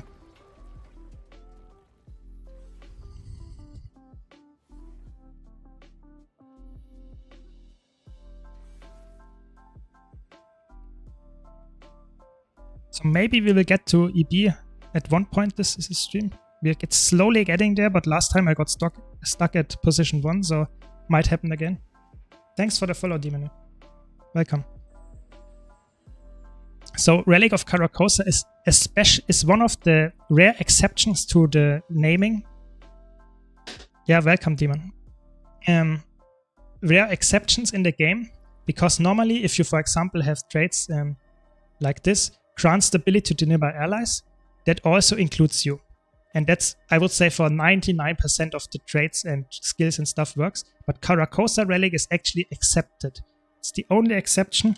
And the reason for that is because it would be too strong on a self-healing build like Elementalist. You want to be on a support build when you run this, for example, Staff Catalyst, Elementalist Tempest, or some Dagger Focus variant, but you have to be a support. If you're not a support, this is actually not working that well, because you can't take 101s, your Relic won't work it doesn't have any effect, so it's always support builds only. Which makes sense, because if you would think about this Relic on a not support build, for example on Dagger Elementalist, you would heal permanently 900 or something. That would be insane, because you have so many blast finishes. So it has to be only for your allies to make it balanced. But it's still a good Relic, don't get me wrong. I think it's one of the best options for Tempest in PvP. Yeah. I think it's a little bit bad worded, because I think the Caracosa Relic is actually well worded, because it's exactly what it does. I think it should be better worded on traits like this, where it says grant stability to you and nearby allies. I think that should be how it should be named. But it's not how it is, sadly.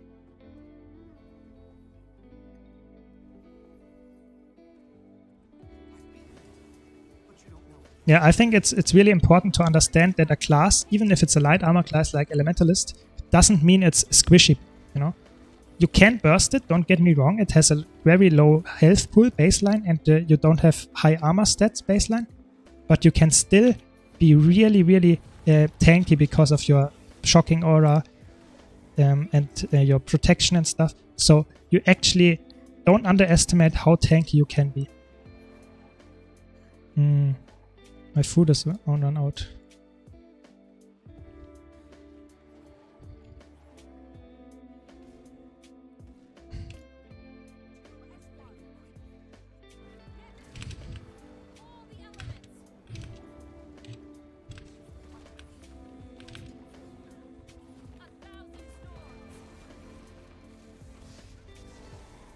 Got him.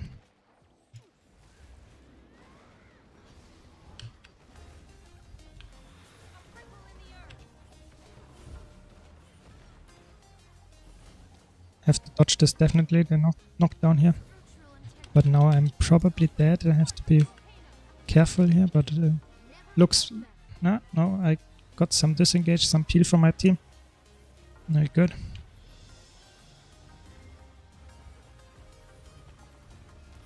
I got this no scope, very nice. Okay, so now I have to get some more food here. Luckily I have some in my inventory. Hello.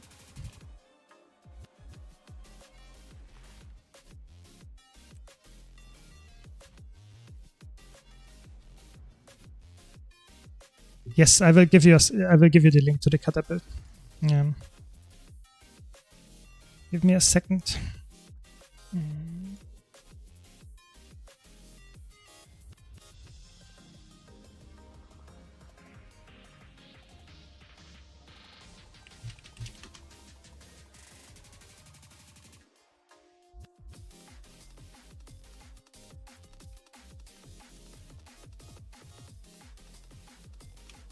That's the video.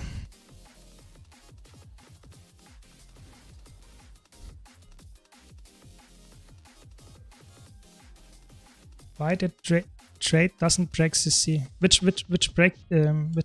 trait do you mean? I'm not completely sure. Ah, you mean this one? Or what do you mean? This one. Because stability by itself does not... yeah, sure. Thanks for being here, Baxter. Hope you enjoyed it. Very nice, very good.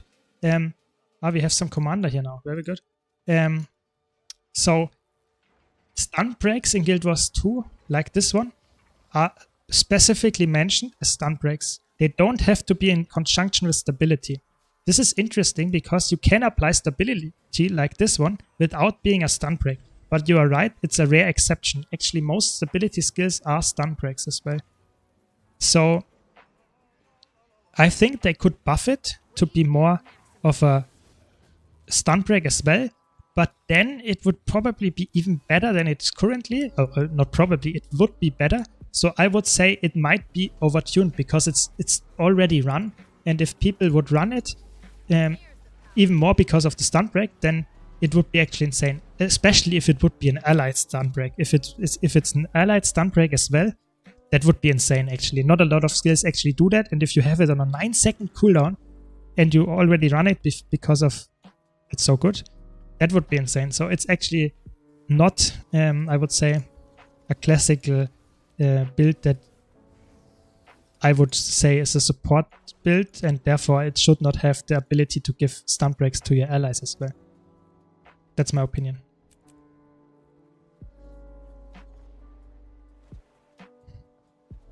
But it would be a nice, interesting gimmick. So I think they should change some Earth traits so that they are competitive. That would make sense. Yeah. Only to you, but still, I think it's still too strong, you know, because you currently run it already. So if you buff a trait that is already run, it will become even stronger, obviously, and therefore it might get overpowered even more. I think it should not get buffed. I agree, it makes sense to have that, but on a 9-second cooldown that you passively use all the time as well, a stun break is actually really strong. It would be really, really strong. So thanks for the follow, Caxios. So I think they should make it a little bit more skill based, so that you, for example, if you swap that, let me check back. For example, this trait, or let's say this trait, whatever, some trait that is not run that often. For example, this one. This is really bad one for competitive modes. So if this trait would be, you get a stun break when you swap to Earth, it would be really competitive with this one. You would still not run it probably because the protection is just too strong on Catalyst, but it would make this trait way more appealing. So this is how they should do it. They should not give all the stuff to one trait because this trait is already quite good. So that's why I think this should not stun break. And can you perma stability in World vs. World? You can if you run one different trait. So you would run a different trait. Here, when you run this trait, you get perma stability. This is possible. But it doesn't really make sense because this trait is just too strong. They buffed it so much, you can now get all the sphere boons for almost permanently, I would say.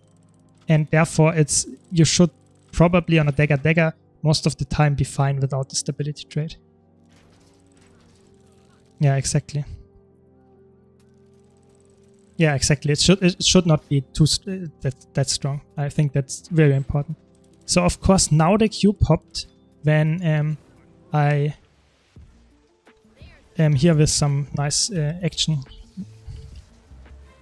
Very sad.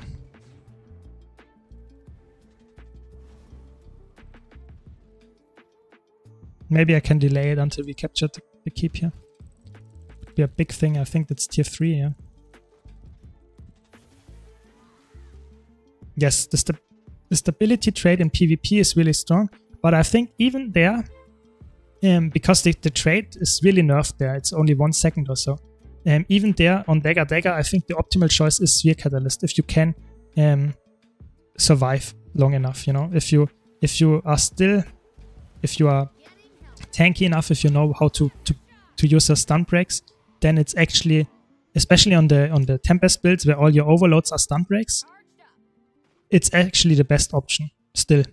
But of course, if you are struggling with it, then in Catalyst you should definitely go for the stability trait, even though it's only 1 second. So that might still be good enough for you. But like I said, even if your player Dagger Catalyst, I would still recommend you to run the Sphere trait. I think it's better now. So this trait, I don't wait. Let me. No, I can't show it to you when I'm in combat. So I use this trait, or all the people use this trait, because actually it improves all the boons that you get from the sphere. That means that all the sphere boons that you have, which are Might, Vigor, Fury, Resistance, Swiftness, and the baseline Might, Resolution, Quickness, and Protection, all those get 50% base boon duration increase. That means that your normal duration is, I think, I don't know, 3 seconds or something. And then you get 50% increase, that makes it to 4.5, and then your boon duration is applied. So it's even more increase than it would normally be. So this is the first thing. But the second thing is actually the most broken one. You now gain energy, or you now can gain energy, while Jade Spheres are active. This is really important to understand. Because now, before, if I used my Jade Sphere, while this field is there, I can't get more energy.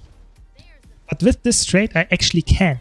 And therefore, I can spam all my Jade Spheres on cooldown because it doesn't matter. You know, I can just spam them and I still get enough energy to get them permanently. So this is why this trait is so strong. The first part is really nice to get more boons, but the second part makes it actually viable in the end. So the second part is actually crazy. But of course, if you feel like you get more value by using the stability trait, don't get me wrong, there is definitely a reason to run it. But I would say for a side noding build where you play 101s all the time, you don't need the 1 second stability that much, because if you're a good player, if you're a really good player, you know what stuns you have to take or which stuns you have to stun break. So in the end, the lower one is the better trait. That's just my opinion. But a lot of really high-skilled Elementalist players are of the same opinion. So just let me explain that, you know? And in PvP, it's always the same. If you run a meta build and you don't get value from a trait, you might consider to change it or a skill, because in the end, it does not matter to me or anyone that tells you how good a build is if you can't perform good on it, you know? If you can't perform well on it. So it's really important that you make adjustments to the build if you feel like it's not working for you. And if you say you need the stability, go for it. It's definitely a good trait, don't get me wrong. Just think that the lower one is the better one in most circumstances. So hopefully we can get it here. Exactly, if you make your own build, then you should always be aware of what makes sense for your own playstyle, definitely.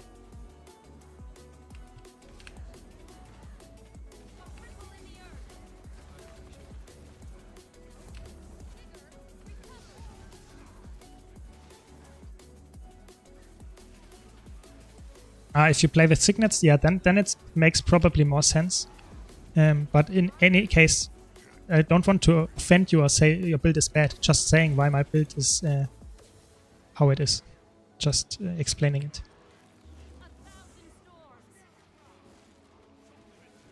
I think we lost actually. Let's see if I can get out.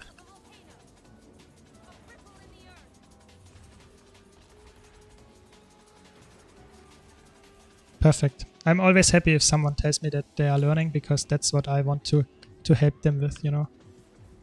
I try to get better at the game, and if I can help you get better at the game, it's even better. So let's go to EB. And we also wanted to do a giveaway. So let's do a giveaway now. Exclamation mark enter in the chat. You have to be a Twitch follower to win.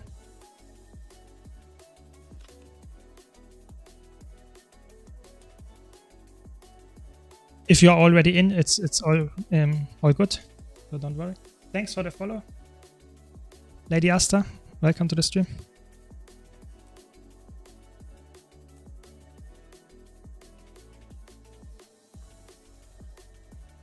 Yeah, don't forget you have to be a Twitch follower to win, otherwise it doesn't work. So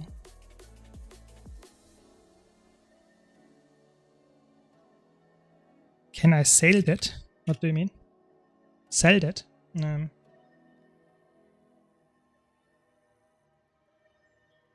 Yeah, sure, you can, of course, sell that. Yeah, all the skins are sellable here. So if you need the gold, yeah, sure. Okay, let's see. Hope you all are entered and follow us, otherwise it won't work. Let's see. And Stalker of Jelly. So I hope you're here. Let me know your account name in chat. Yes, you can also sell all those. Yeah, you're here perfectly. Let me know your account name. Yeah, the skins are all sellable. It's not account bound, so you can easily make some gold if you don't need the skins or if you don't want them.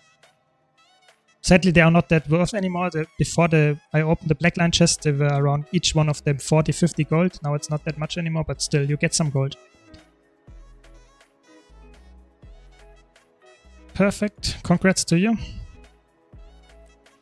And let me set up the new giveaway. And it's open. Exclamation mark enter in the chat. You have to be a Twitch follower to win. I will pull the giveaway winner in 20 minutes. Yeah, I mean, then if you are at 200 gold, then every single gold counts. That makes sense. Thanks for the follow. BioTV. Welcome. And I think you should always play the game, have fun, and then you get gold. You know, you see I have 9k gold and I spent all of it on my keys and legendaries and I still have it. So it's just how it works, you know. If you have fun with the game, you get enough gold in the end. Just have to play it. Oh yeah, that's always, I always have all the items except the Gift of Exploration. So that's always the sad part. You just have to do it. If you want to get incinerator yourself, you have to get it. There's no way to get it otherwise. You can of course buy the incinerator and then you can circumvent doing the map completion, but if you have all the parts, then you just have to do it at some point. Okay, we have some 1v2 here. Let's see. Oh, this guy is dead already and is hacking? Or what is he doing? He's flying. Exactly. Even if you play PvP and have fun with it, you will get gold. It's just every single minute that you spend in Guild Wars 2 will give you gold. That's just how the game is designed. Of course, if you're just standing in Divinity's Reach and doing some roleplay, then you won't get gold. But if you play the game and have some combat action and PvP, World versus World, all of it will give you some money. Especially with the reward tracks. I made a video about the reward tracks, how to maximize them, because that's how you get a lot of gold. So if you use all your boosts and all your stuff that you need to maximize it, then you get even more rewards for playing PvP. So that's really important to understand. Because those 20 gold that you get at the end of those chests is just one thing, it's not the big thing. That's the instant reward track progress is also really important. Yeah, I mean, it makes sense to spend the gold on something that you like, but in the end, fashion is just one thing and your opinion might change in the future. So legendary is a safe bet because even if you don't like the skin anymore, you get the convenience of having a legendary, you know. That is stat changeable and maximum gear all the time. So the best reward tag for gold is dependent a little bit on what. Of course, you should always go for the non-repeatable ones. So the ones that you can only do once. Those are always the best option. Yes, definitely. That's the only thing that I can always say. And then let me quickly check. I don't want to tell you something wrong here.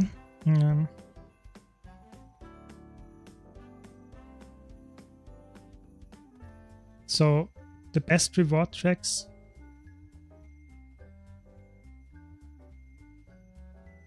currently are End of Dragons reward track and Thunderhead Peaks reward track, but Thunderhead Peaks is only so rewarding because you do some weird weapon crafting and selling.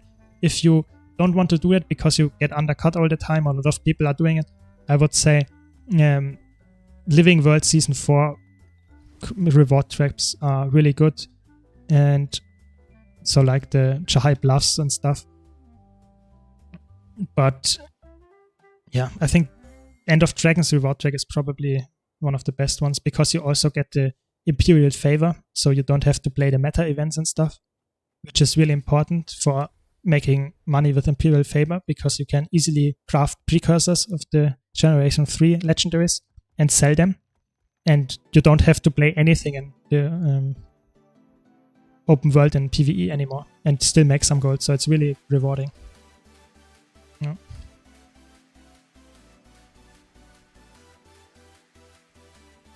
So this is a power build only, so it only uses Marauder. That's why it's my burning speed and stuff hits so hard. It's really important if you want to hit hard, you should not go Celestial, because Celestial most of the time focuses on condition damage more than on power damage. Okay, you see 6k hit on this Sentry, which has a lot of toughness, so it's actually quite nice. Yeah, exactly. So I think Marauder is actually quite okay to get. I think it's not the best one, but it's better than a lot of other stats. So the thing is, Marauder doesn't give you any healing power, but you run the Signet, which gives you some healing passively, and that doesn't scale that well with healing power, so it's quite nice. And you have a lot of blast finishers, which you can combo with your water fields, so the water fields also give you some really good baseline heal. And then if I run Naos Relic and I have a lot of Condi cleanses, every single remove of a Condi will give me 200 heal. So I have a lot of sustain even though I don't have any healing power. And I have a lot of cleanses like I showed before. So this is how the build works. Naos doesn't scale with healing power that much either, so it doesn't really matter that I don't have any healing power. This build is really well-rounded. Like I said, it's not the craziest damage, it just has this burst combo. If the burst combo doesn't land or if they deny it in some shape or form, you are a little bit like a noodle. But if your burst combo hits, you actually are really, really likely to kill them. And you have it on a 9-second cooldown, so yeah. Let's get this over with. That's how it works.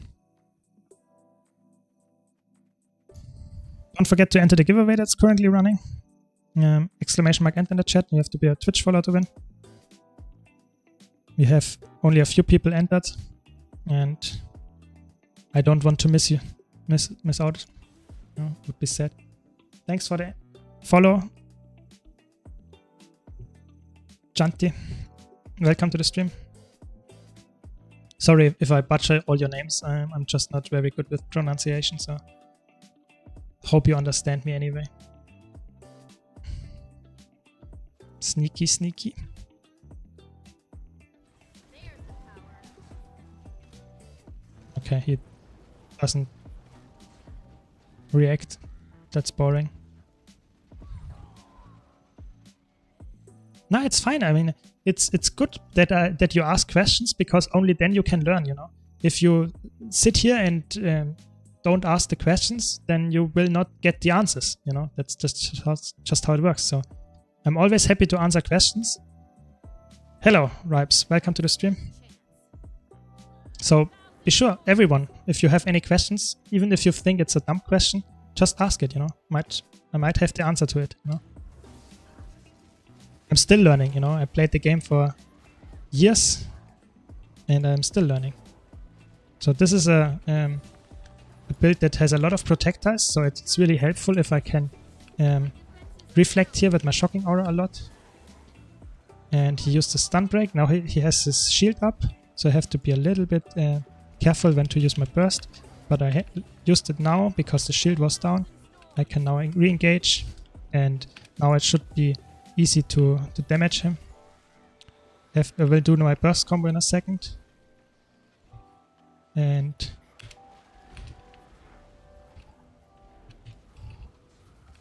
I think I have him here now.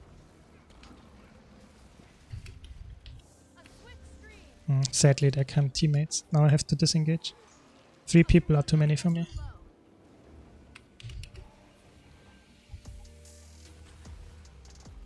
But I think I should be fine. I'm quite fast.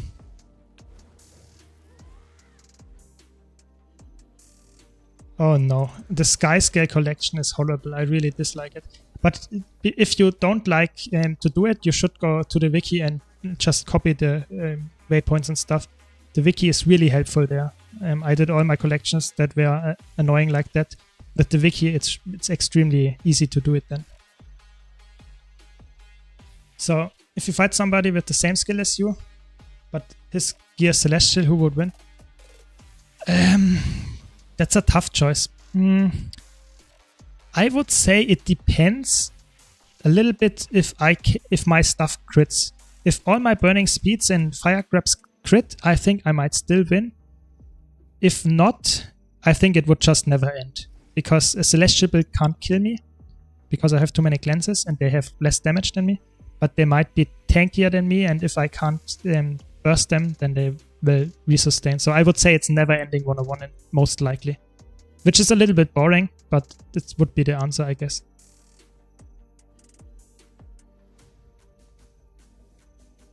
That's an interesting question. So you have all the DLCs until EOD, which are the big expansions. So you have Heart of Thorns, POF, and EOD. And then you don't have Soto.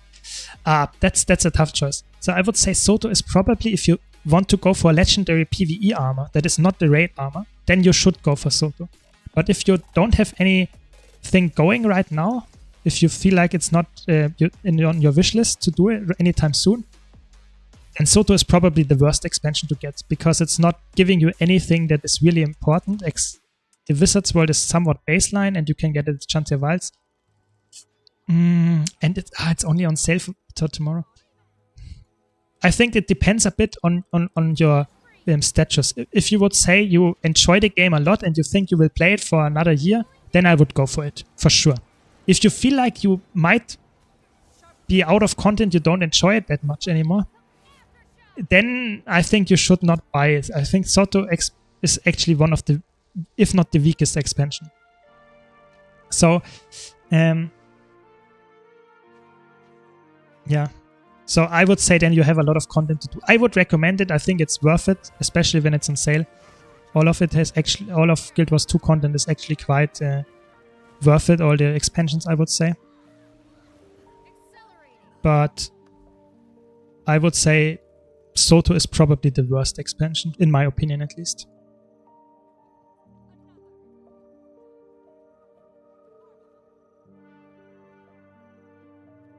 Yeah, that's my take on it. The expansions actually go rather rarely on sale. This is a little bit sad, of course. But I would say if you don't have it yet and you want to do it and want to play more, then I would go for it, definitely, because it will not go on sale that often. But if you are on the edge and don't really want to commit more, then I can understand to wait, because Soto is not giving you that much more content. That's really important to understand. Yeah. I sadly don't have an affiliate link yet. That's the sad part. So I can only recommend it to buy the game and the expansions. I don't have an affiliate link. I hope I get it in the future, but I'm just too new to content creation yet. So that's sad, but it's just the case. Yeah, I just started streaming 2 months ago, or not even, 1.5. So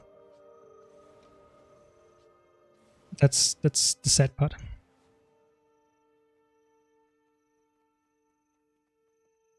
Yeah, I think it's actually quite likely that they will also put Chantier on some kind of sale, because they really like to get more people in.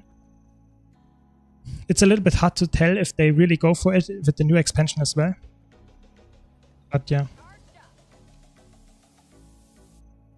Yeah, I think it makes sense to go through all chronologically. Not only because it's, of course, from the story it makes sense, but also I think you can see the development. You know, if you start out with the newest content and go back to core story, for example, you see the story is really different, and a lot of people might say it's worse. So if you start out with the worst story, it might be way better for you, in the end, because otherwise you feel really bored from the oldest story. That's just how I would do it as well. Yeah.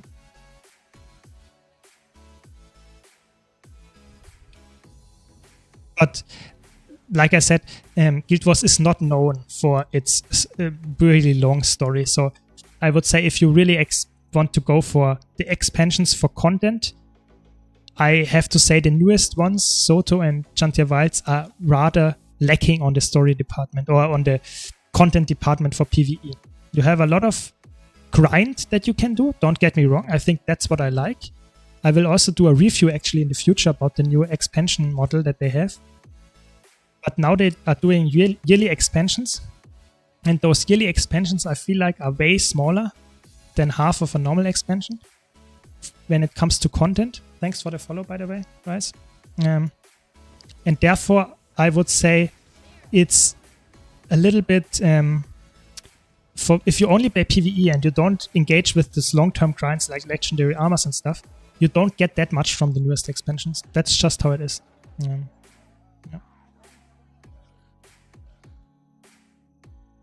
Really, every time you get into combat in PvP, did you try it in the Heart of the Mists, if it's the same there?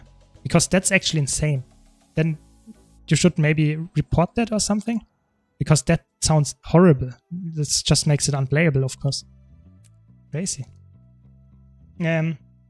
So Bladezone in World vs. World, I would say, is not that good. I mean, I had some people in chat that were saying it's okay, but to be honest, all other warrior specs are just better, sadly. So I would probably not play Bladezone if I were you. It's not good anymore. Oh no, they are coming.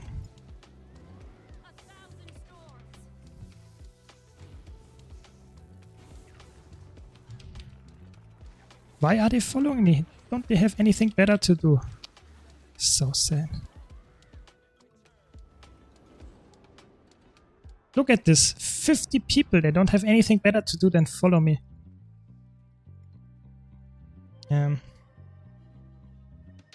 Yes, and the relics is actually really cool that you have access to some nice relics with Soto. So that is true. If you really want to go for the best builds, options and stuff, then of course you should go for all expansions. But I would say if you're a new player, you don't care that much. You know, you will get there in the end, but it doesn't matter if you have the absolute best damage, the 1% more damage than you would normally get. That doesn't matter, I would say. If that's the only reason why you buy it, sure, go for it. But I would say that's not the thing that would sell the expansion for me if you get 1% more damage. That's... So currently I'm using Cleansing and Energy Sigil, just because it's the most defensive option. You could go for different ones. There are a lot of options, but I like those. In World vs. World, they are so strong. 3 condition removes every 9 seconds when I swap elements. It's crazy, especially with Nios Relic. And Energy is always good. Just 1 dodge. Oh, it's really good. Yeah.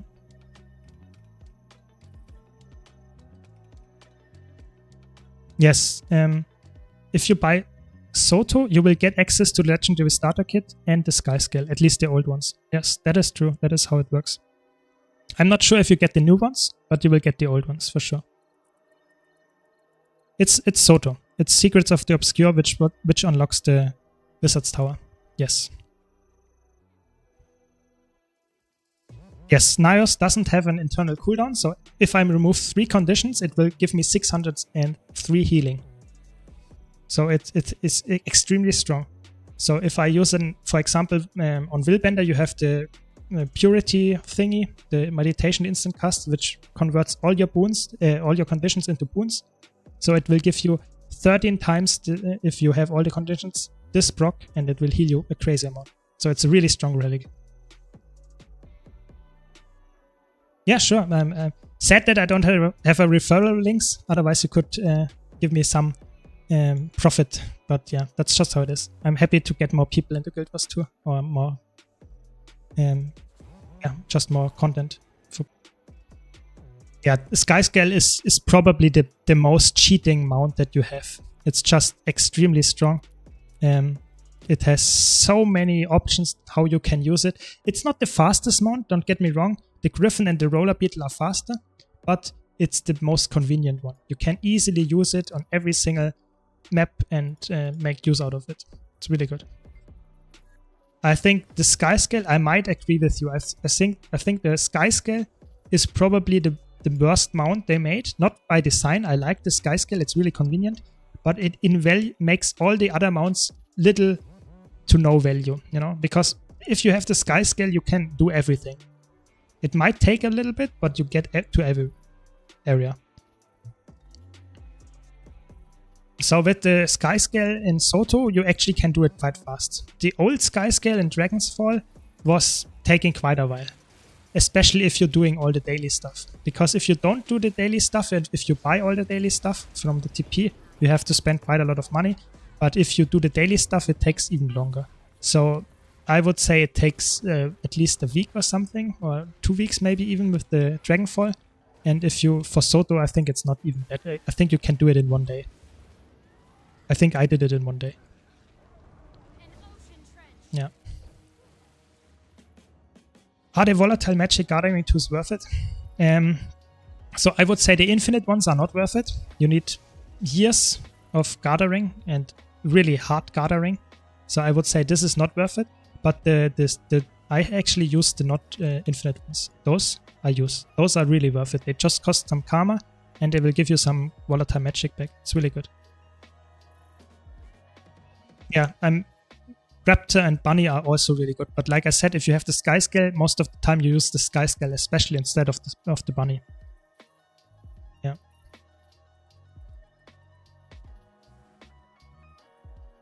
Yeah, of course, Crowton is right. If you don't have the Sky Scale or all the mounts on keybinds, it's just horrible. You have to always do this and swap it, and it's horrible. It's really bad. Always use it on keybinds, for sure.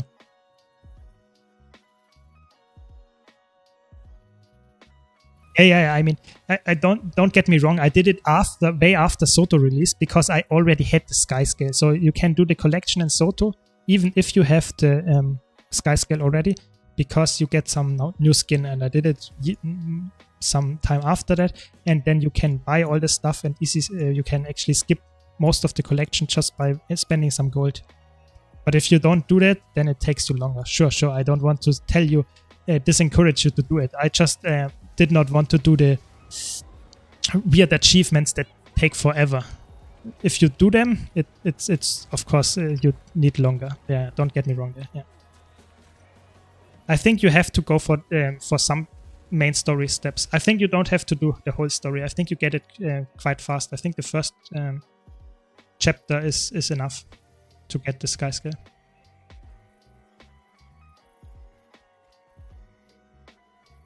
Yes, Crowton is right. Sky Scale is not the best mount when it comes to the use of, for example, fast travel on land or fast travel over water. All of those times, Sky Scale is actually worse. Definitely. But it's the mount that you can use all the time and you will get where you want to go. That's what I meant. So if you only had one mount, it would be the Sky Scale because it's just the best one for all circumstances. But if you every single time you get somewhere with the Sky Scale, another mount would have been better there. So it's just the check of all trades. That's what I meant. And that's why people really like it.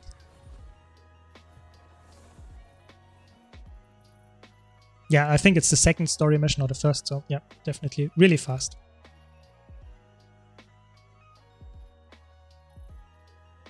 Yeah. Okay, so I think it's time for another giveaway. Be sure to enter, !enter in the Twitch chat. You have to be a follower to win.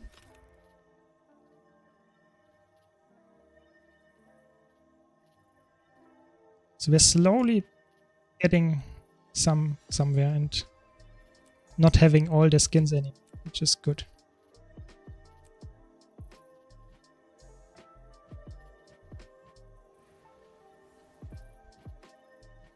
So a few more seconds and then we will draw the winner. Don't miss your chance. I will answer your PvE question in a second. Let me first draw the winner. Melbourne is here, the legendary winner of all my giveaways. No, I'm joking, of course. So I hope you're all in. Let's see who is the winner. And it's Ripes. Congrats to you. I hope you're still here. Let me know your account name in chat. So, in raids, do you enjoy playing support or DPS more? That's a tough question. So, if I puck, so if I'm using the LFG for example, I actually enjoy doing support more. Because oftentimes if I play DPS, the alacrity is missing, or even worse, the quickness uptime is horrible. And it feels so bad. No, it does not matter if you're EU or NA. You can just give me your account name, it will still work. And so I like to play support when I don't know what my teammates are actually doing, because then I can at least, I know that I'm applying enough 100% boon duration uptime, you know, and if I have a static, if I do raids with my group, then I like to play DPS as well.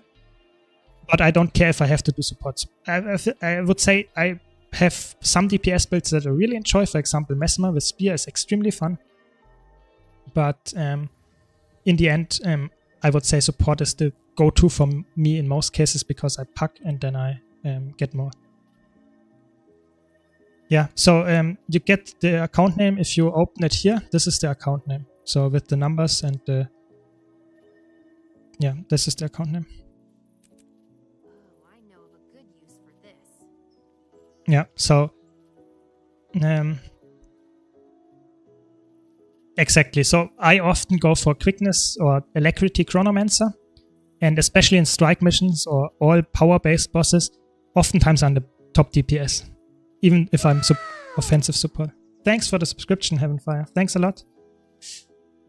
Really appreciate it. So I would say, yeah, no worries. Take your time. I will start up the next giveaway. Give me a second.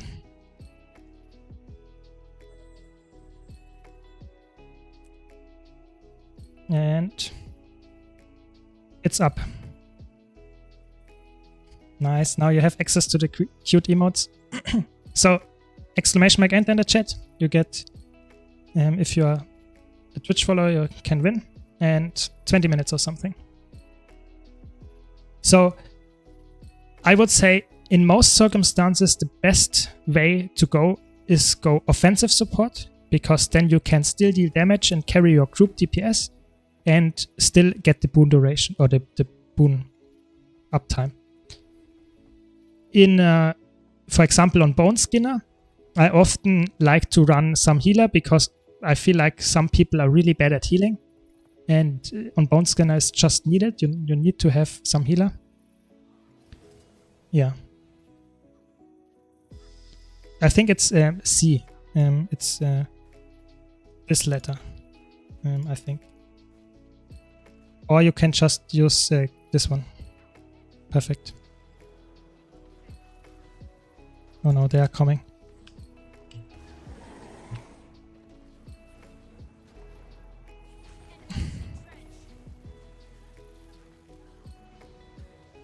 I think I'm dead.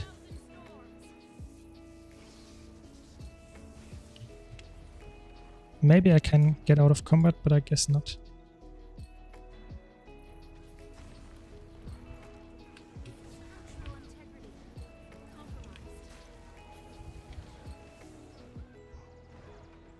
There we go. How to stop DDoS attacks? That is a really good question. I think stopping them is actually really hard. I actually don't know how to do that. I think you might get if you get a VPN, it might work, but it's just preventing them. I think you can't stop them when they are going. So pull the network cable. Yeah, I mean, I guess if he does that, it's probably he will also not be able to watch the stream or play the game anymore. So it's not the... Yeah, sure. Yeah, I think Babach is really thinking really well.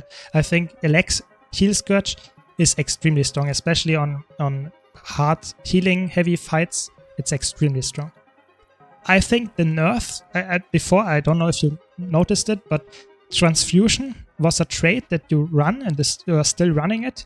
This trait gives you access to downstate healing, and previously it also teleported downstates to you when you used your F4 skill, or your skill that was the Shroud skill 4, and it was extremely strong. But they nerfed it, now you can't do it anymore, you can't move it in downstate bodies anymore.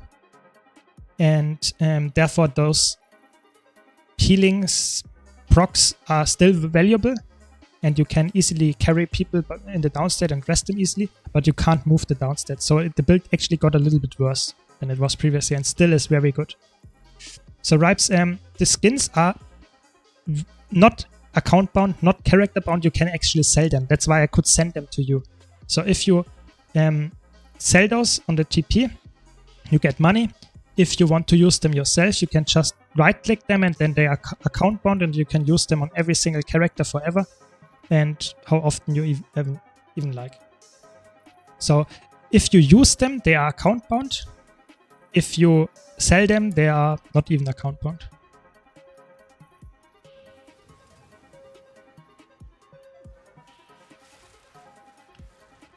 Hope that was clear and understandable. Yeah, sure. And you can use them on every single character and every single weapon that fits. You just have to use a transmutation charge, which is the transmog system in Guild Wars 2.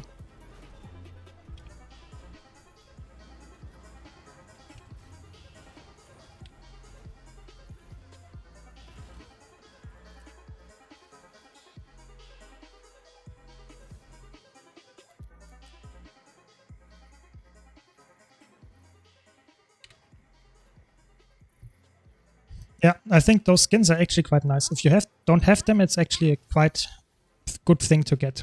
Yeah, definitely. Yeah, I think they have quite nice skins for almost all weapons, actually. I really like them. Yeah. Yes, I will play Path of Exile too.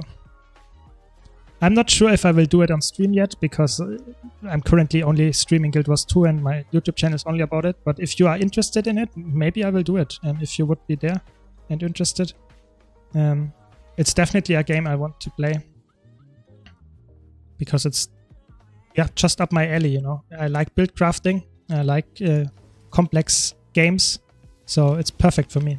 But like I said, might not be the correct audience here, right? Because a lot of people like to play Guild Wars, of course. But let me know if you want to play it.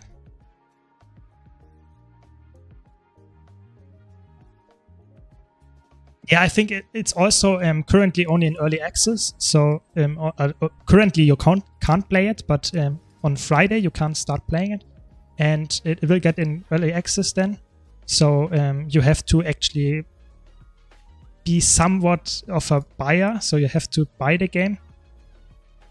The normal game, when it releases, maybe in 6 months, maybe in 10 months, it will be free to play. So I will play it and get some time in and see how it is, and maybe I will make some YouTube content about it. Let's see.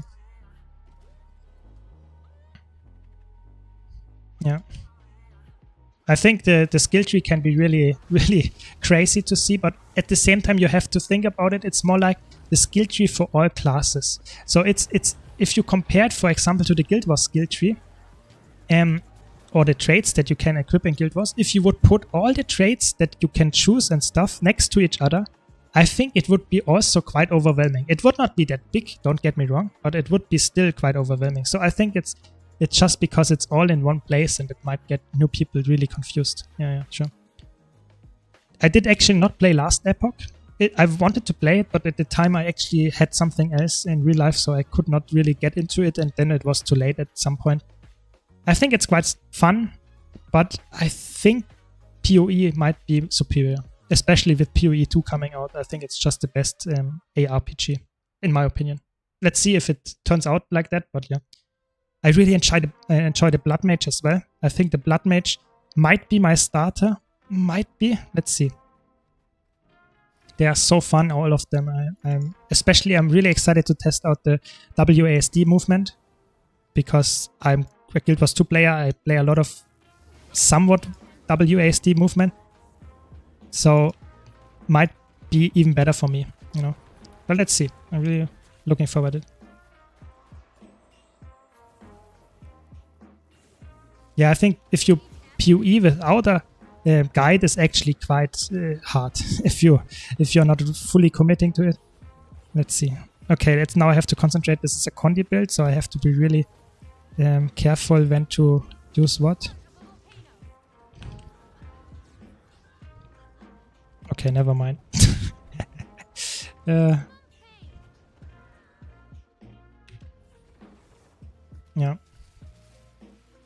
Exactly. If you wait for the launch, it's actually free. It's only currently buy to play, so to say, because people have to get into the early access using some premium currency.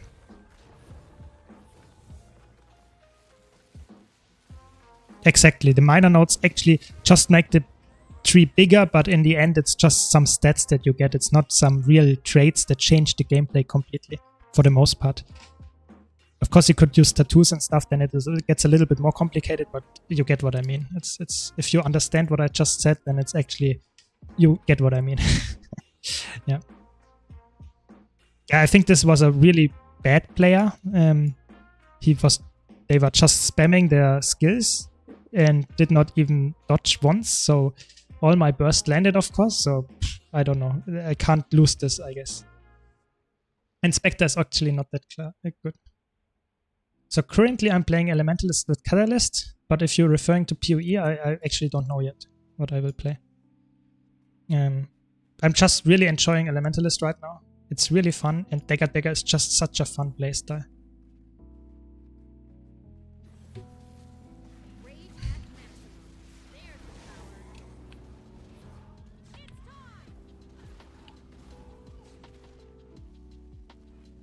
You don't need to exit. We only want people to enter, you know? We don't want people to exit.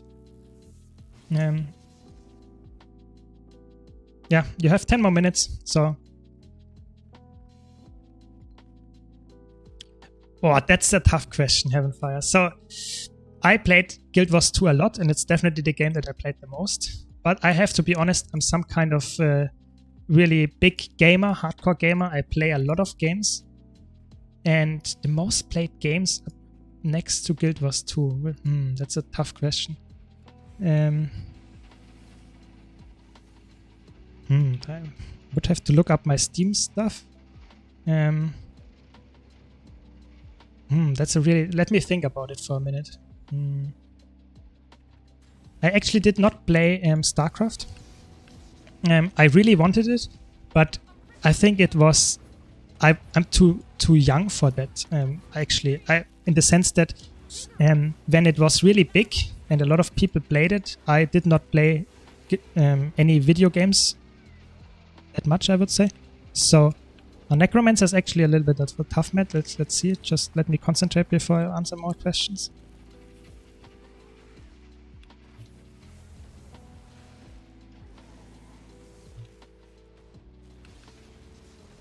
I actually did think I would interrupt this guy. Never mind. It's a Power Reaper, I guess.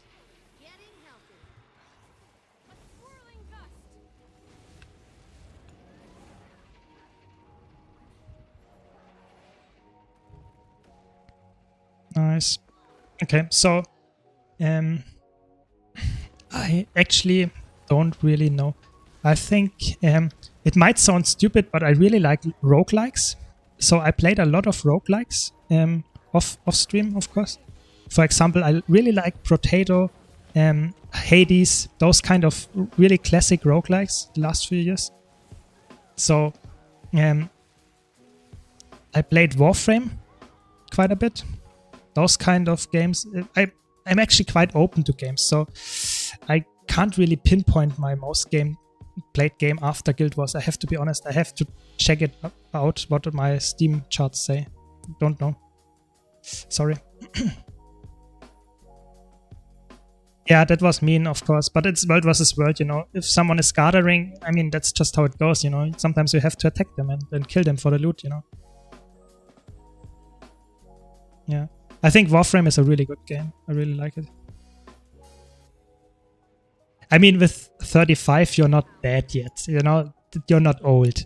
But you're older than most, let's say, really Sumer, and therefore you might not, you know, be the newest generation of gamers. But I think most of us that are playing MMOs are actually older than the classical Zoomers. I think most of the Zoomers are actually not playing or MMOs or something like that.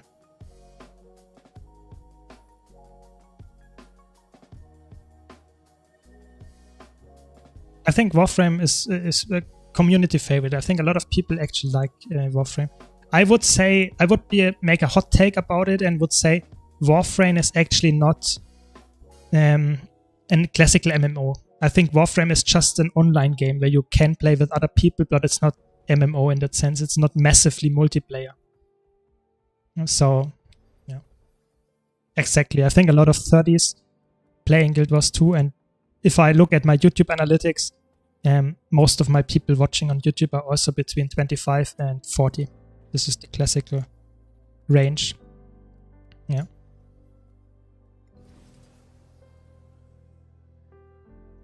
That doesn't mean that I dislike Warframe, you know. Just wanted to mention that if you are looking for an MMO experience like Guild Wars 2 with open world bosses or something, that's not where you have to go.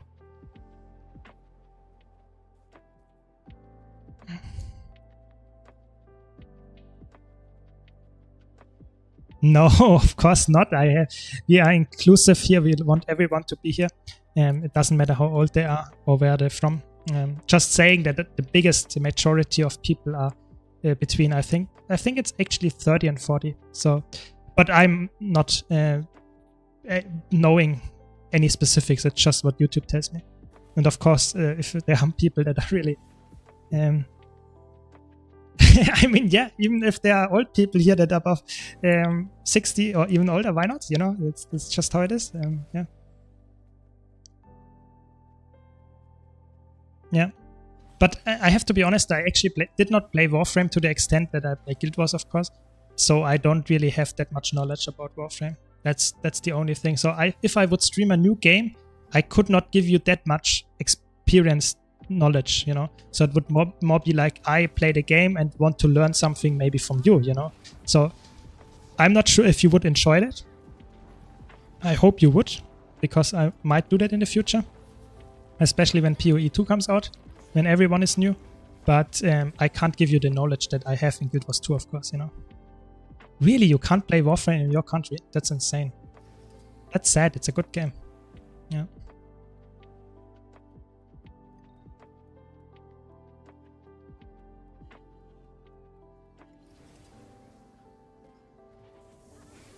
This one plays Rival. Okay. Seems like an easy target.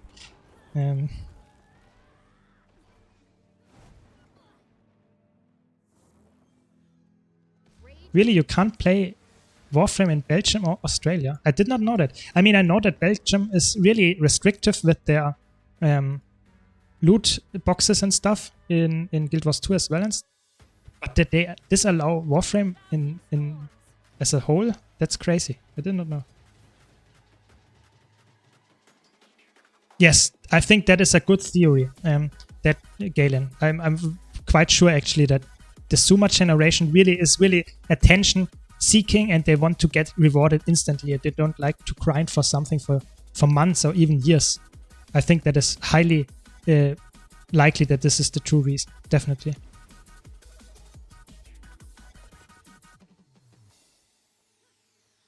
Yeah, I think Australia is quite restrictive with a lot of stuff. That is true. But I'm not someone to talk. I think Germany is also quite restrictive with a lot of stuff. And that's where I'm from.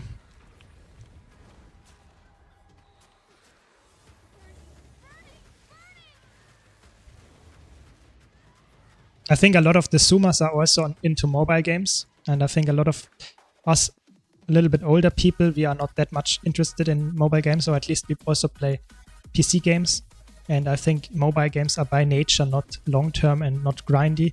They are more like, you have to grind if you don't want to pay, you know. And most people that are really invested in a game will pay at some point. So that's the problem. That's how mobile games are designed. Ah, you're from Cuba. Okay, so you have the same restrictive laws. Crazy. Did not know that.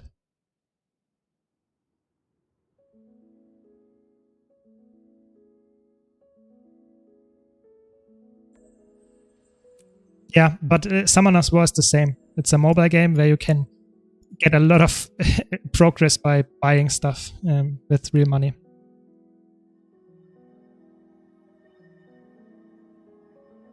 Okay, so I think it's time for another giveaway. Last chance, exclamation mark end in the chat. And yeah, you have to be a Twitch follower to win, and then we will draw the giveaway winner.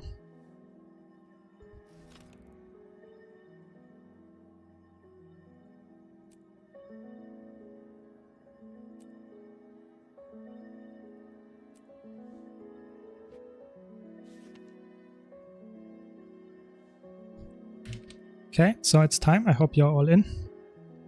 Let's see who wins this time. And it's Lang. Congrats to you, Lang. Hope you're still here. Let me know your account name in chat.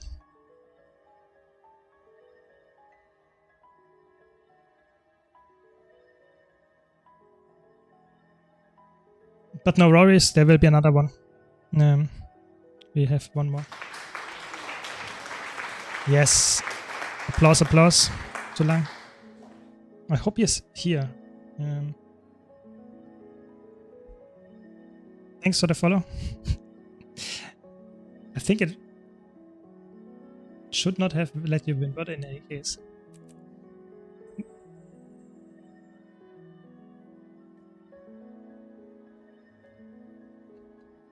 Yeah.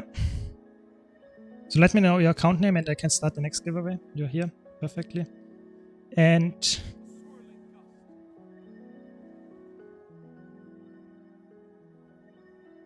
I actually heard about, I played once, or not once, I played a while with some person from South Africa, and he only could play to certain times of the day when we did our raid tiers, because otherwise he didn't have any access to power, because it was restricted to certain times of the day.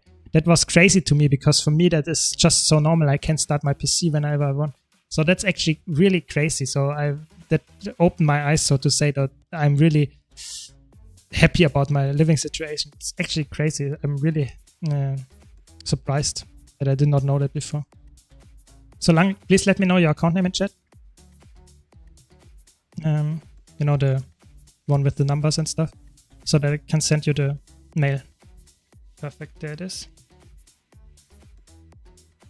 Congrats to you. Thanks for the follow, Chucky. And we will do one more giveaway.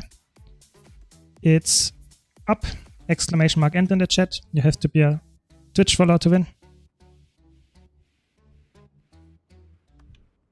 So,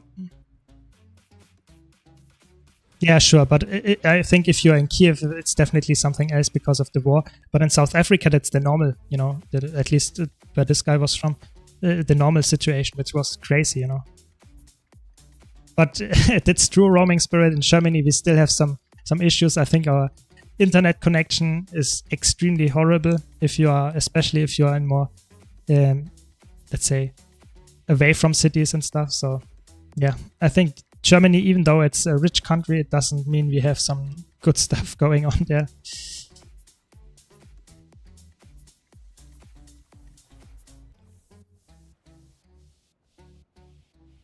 Yeah, it's crazy. Let's put stuff into contrast. If you see how people like you are struggling with the power supply and stuff, and we just struggle with other stuff as well, you know, just crazy. Exactly, with the internet situation, it's really bad. Yeah.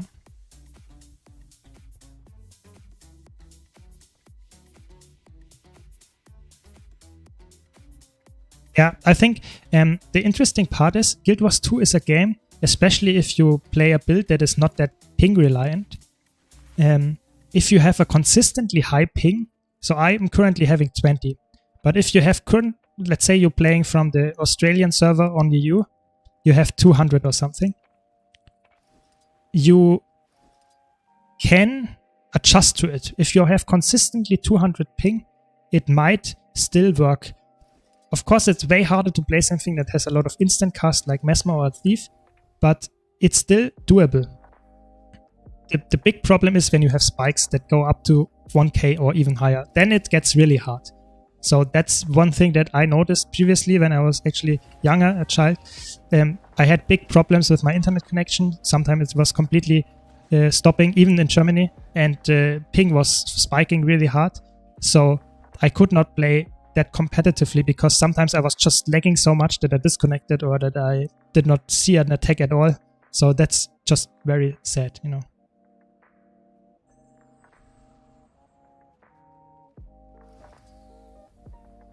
Yeah, it's crazy. I mean, if you have 160 to 200 ping, if you can play, I think that is fine. It might not be, you know, you might not win a monthly AT with that. But to be honest, if you're a new player, you probably are not going for that anyways. So, yeah.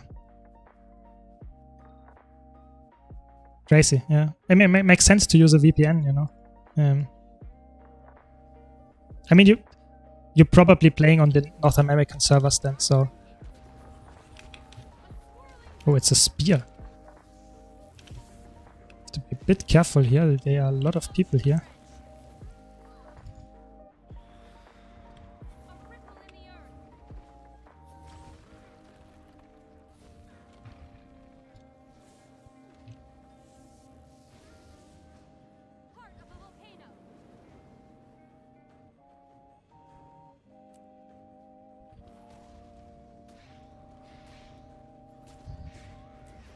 Yeah, so...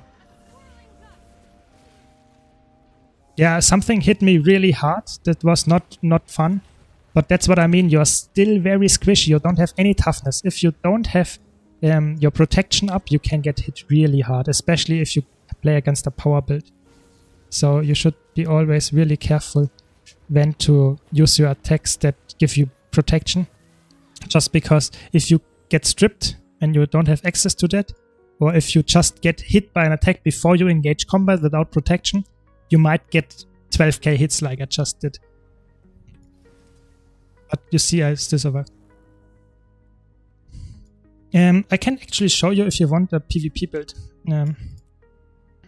So, for PvP, there are two options, I would say. Let me quickly check where my character is. For PvP, you have two options currently for dagger builds. You can go for a dagger build, just exactly like the one I played. Just you play a little bit different utilities, whatever you like. In Conquest, you would probably play something like this, just because you could swap this for this, or you could swap a little bit around here. But in general, this is probably quite safe. The same traits, except that you swap to Arcane instead of Fire, because that's way better in Conquest. And that's the build, I would say, for Heretic with the Mistide Relic, because it's exactly the same like this. But the second build, I actually made a build guide about it just very recently, is Tempest. No, not this one. Side note, Tempest, and you play Water and Earth, and you get a lot of cleanses, and you have a lot of healing, you get a lot of endurance passively by all your auras give you endurance, because they give you vigor, and every time you apply vigor, you get endurance. So it's a really fun trait. Yeah. Yeah. So the new season should start in an hour, I think, or something. Yeah, I'm pretty sure it should start in an hour, or at least half an hour. Sometimes it's weird. Sometimes it starts at 9 my time, 9 p.m. and sometimes they wait longer. It's a little bit weird. I'm not sure when they will start. I think half an hour should be. Tempest is really strong. Not only support Tempest, because support Tempest is of course really strong. You have the Glyph, you have a lot of healing and cleanses, but the side note Tempest build is really, really good. You have so much endurance and also support for your team with the auras, with the healing, with the vigor application, but you also have a lot of cleanses with this trait, and you have actually quite a lot of protection uptime, and you deal a lot of damage, you know, with the passive burning. It's really good. Yeah. Yeah, it makes sense to go for the 2v2 season when it ups. Yeah, sure. So, what was the question? Sorry, guys, I don't want to...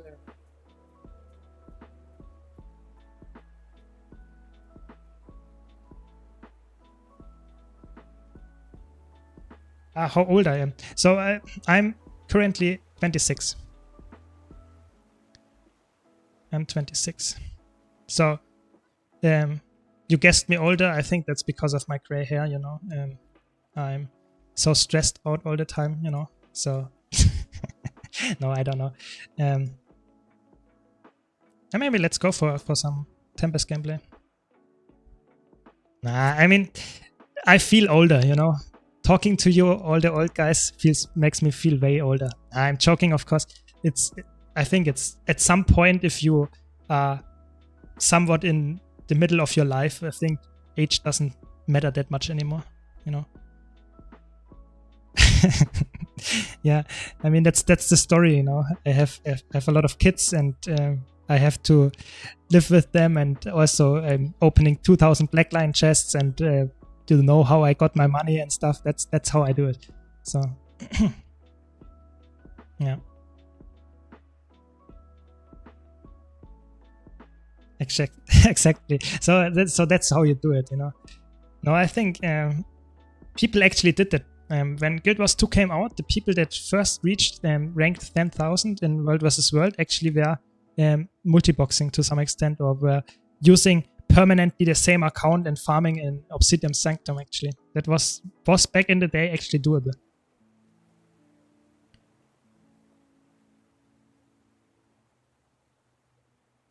Yeah, it's crazy how different it is. Yeah.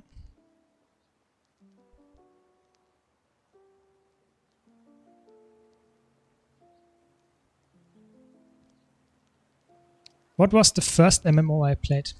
I think that was actually Star Trek Online. The first MMO I played. I was back in the day a big Star Trek fan. I'm still a big Star Trek fan, I have to be honest. And I played that MMO. Currently, I think you can't play it anymore. I think they shut down the servers. But at that time, I was a really big fan, and I actually started playing that MMO. I think that was the first one. Yes, I think not a lot of people actually know about it. But back in the day when it first launched, it was actually quite big-ish. A lot of Star Trek fans played it. But the original, I think after that I started playing Guild Wars 2. You know, I'm not that old that when Guild Wars 2 came out, I was how old was I? Yeah, 13, 14. So I was not that old. So that was I would say the second MMO I played was Guild Wars 2.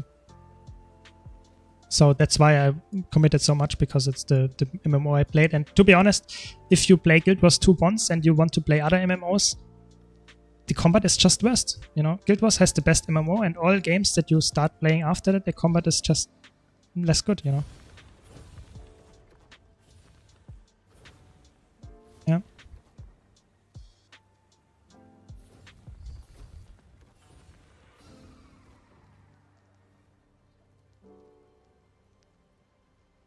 I think if you start playing Guild Wars 2 and if you get to level 80 and enjoy it, then I think you have a really big challenge to find another game that has such good combat. That's one of the biggest issues I have.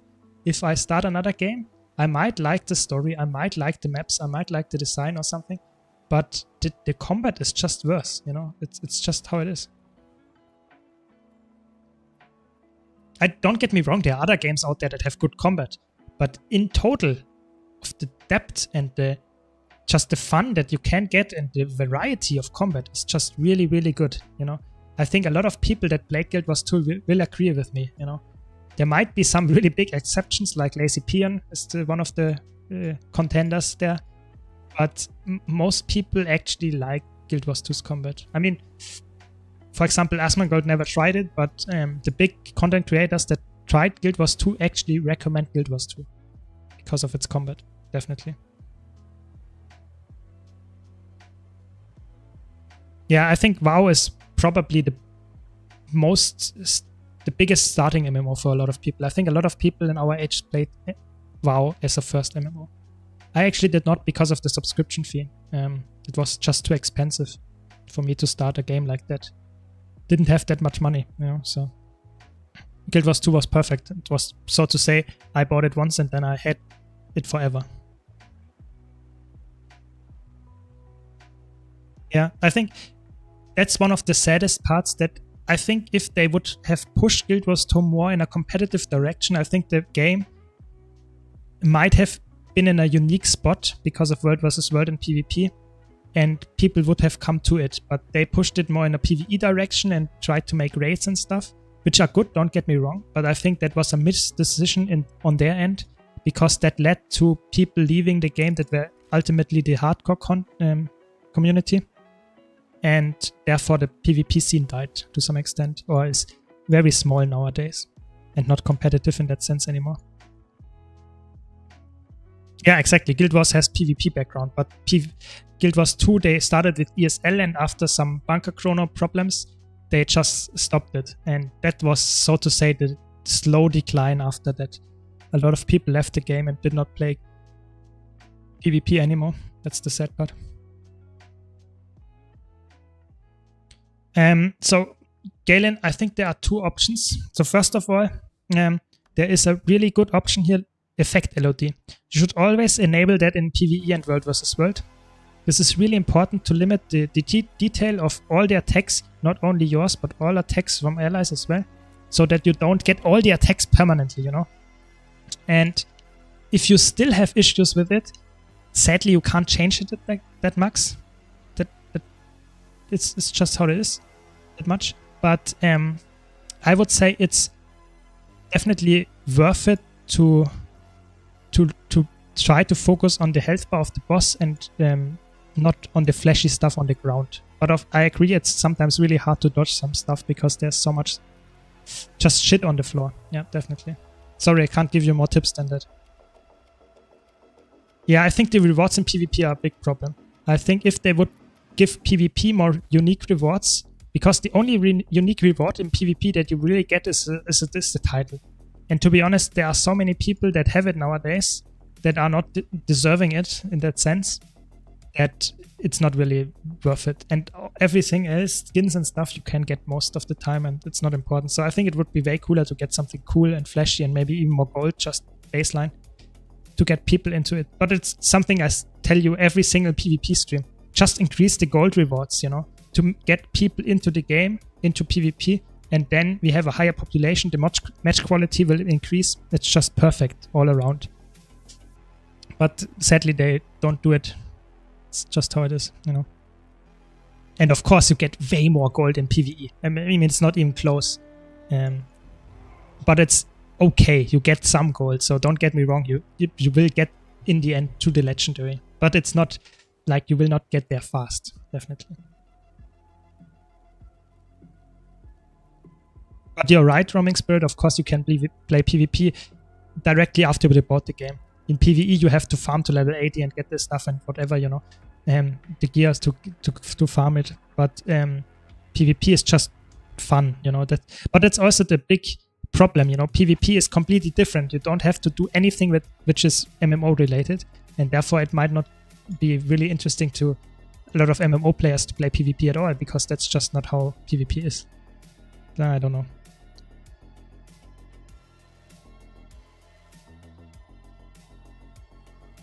Yeah, if you compare, for example, if you play 1 hour of PvP every day, you get around, I don't know, maybe 5 gold. If you don't play an AT, maybe 10 gold if you're lucky. And if you do fractals every day, you get 40 to 50 gold in 1 hour. So that's a big difference, definitely. Yeah. Yeah, and if you play World vs. World, if you play, for example, Roma, you might even lose money because you don't get that much gold to buy all your expensive consumables and stuff. That is true, but that's just how it works, you know. I think if you play in a Zerg, you get actually quite a lot of gold with the defense events, with the different a lot of kills that you get, the rank up rewards. So it's in World vs. World, I think you can get more gold if you play in a big group, definitely.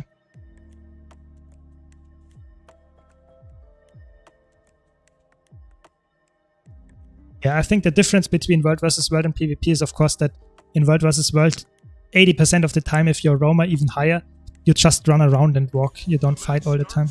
Sometimes on EB to prime time, when there's a really you know, if you look at if the queue is really big, if you have 40 queue, sometimes you just fight indefinitely in EB, but that's the exception. Most of the time you have a group that is fighting once and then it's over. Hold on to your points. Seize theirs. An enemy ship is pulling into the harbor. Yes, I think that's one of the best things about PvP, that you can just try every single build without having any thing that requires stuff. That is so important. The bazaar is yours. Focus on this, please. Yeah. You've lost the dock.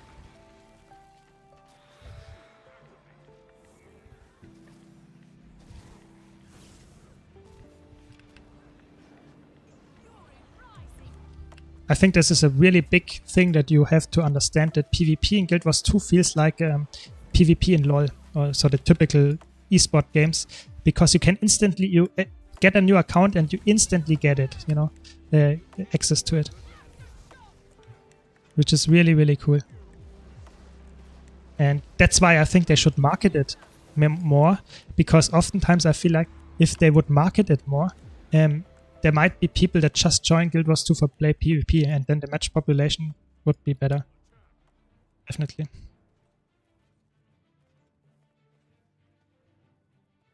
You've taken the archway.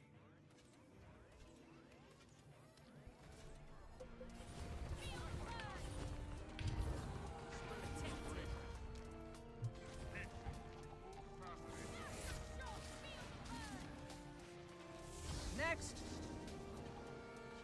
Got him? The bazaar is yours. Yes, I think that's a criticism I had actually, that the PvP in Guild Wars 2 is really fun, but the systems, except from the automated tournament system, everything regarding ranked and how you get rewards and gold and stuff is actually not that well designed. I think they should really rework how you get gold in Guild Wars 2 in PvP. I think it's not working that much anymore, you know.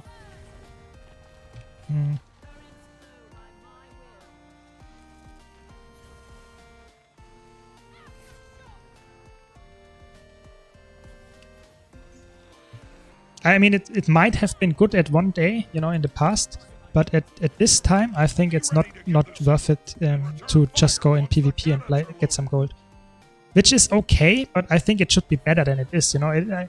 I don't want people to farm AFK in PvP. I think that is also bad, but it should be better than it is, definitely.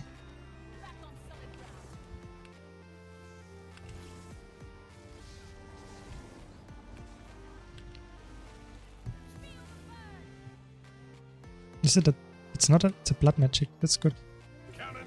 Yeah, it's just outdated, definitely.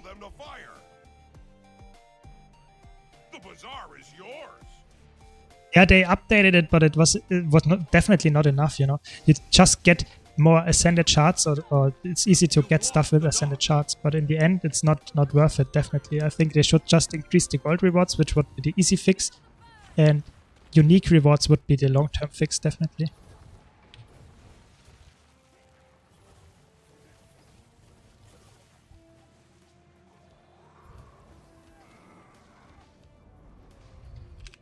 Is this bunker core NG?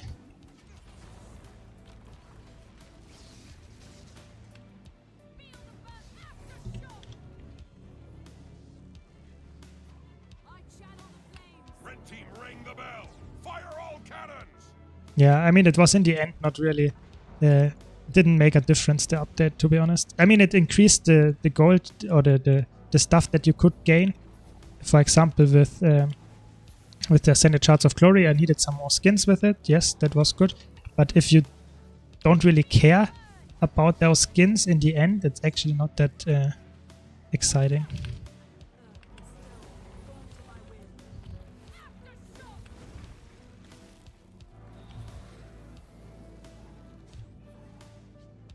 Don't run away.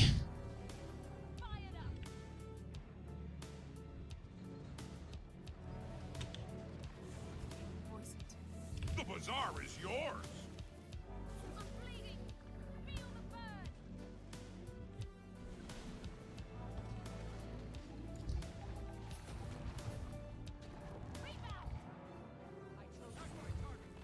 Stop it.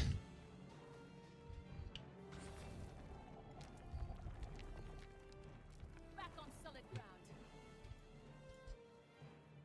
Feel the burn. Glorious air.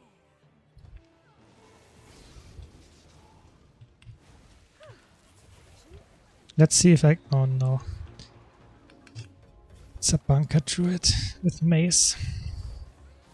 I don't think I can win this.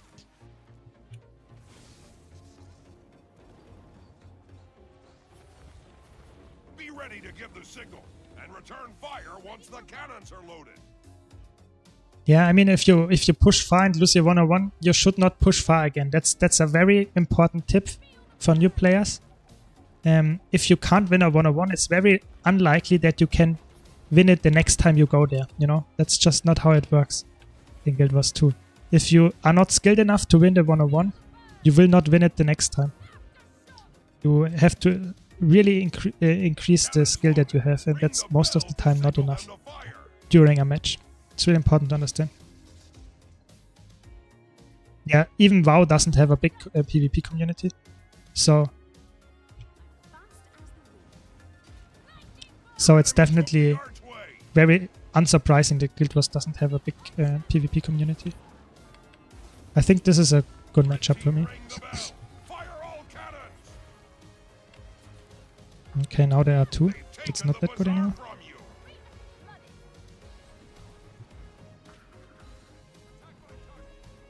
Nice juke. No.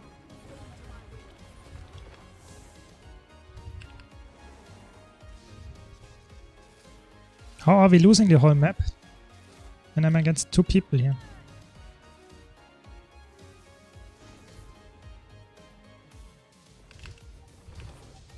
You've lost the dock.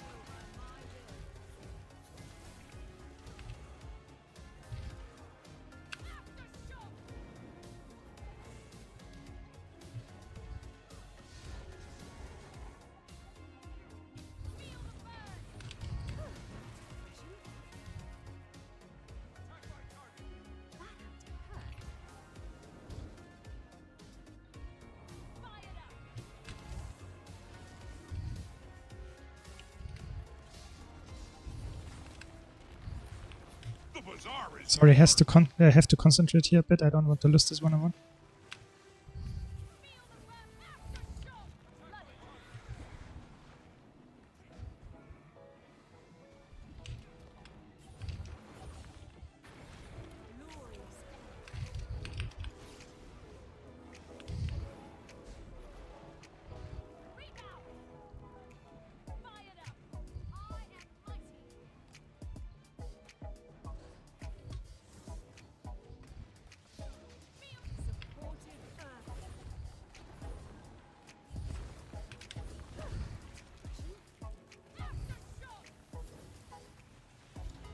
Taken the bazaar from you. The dock's been captured.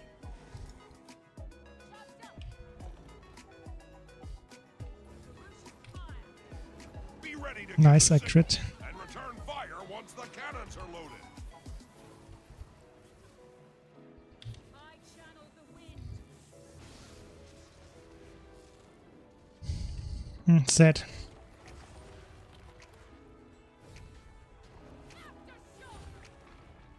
Okay, 10 seconds. I think I should go for Bell now. It's probably lost anyway. It's sad, but Cannons loaded. Ring the bell to signal them to fire.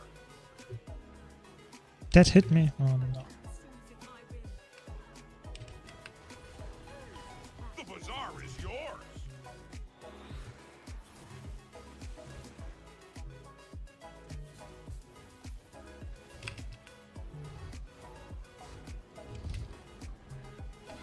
I mean, it's winnable. We have a very good map state. We just can't lose the map while we have don't lose the team fight here. I mean, I'm half support. It should be fine if we can hold it a bit. We're in a really good spot here right now. No, never mind. My team just died.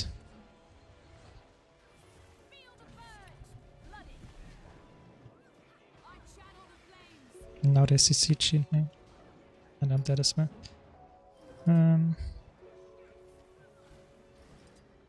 Yeah, sad. Yeah,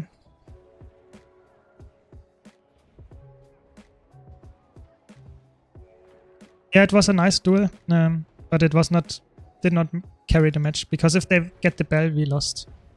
I mean, maybe I get the rest here, but it's... They've taken the bazaar don't know. from you. I think it's lost at this point, sadly. It was a good match. Yeah, have fun, Roaming Spirit.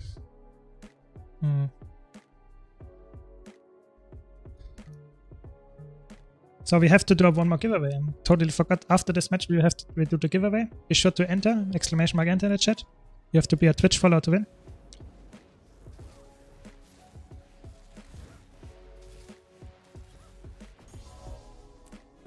And you see, I had a lot of healing.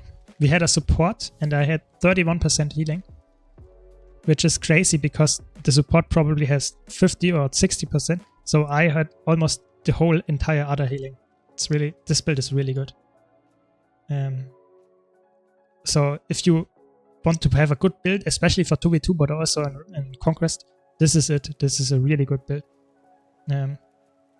Be sure to check it out on my YouTube channel. I have a video about it. But now, giveaway. I hope you're all in. And let's pick. And congrats to you, Psychokai. I hope you have your account name ready. Congrats.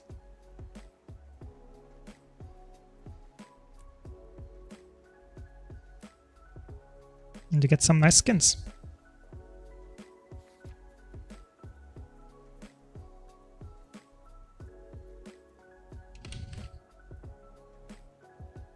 Yes, you won. Congrats, yeah. Happens, you know. Sometimes you win.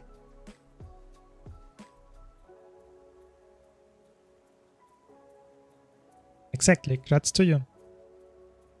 Just let me know your account name.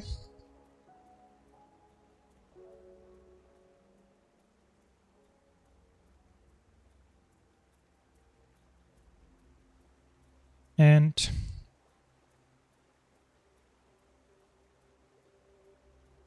don't be sad, everyone is.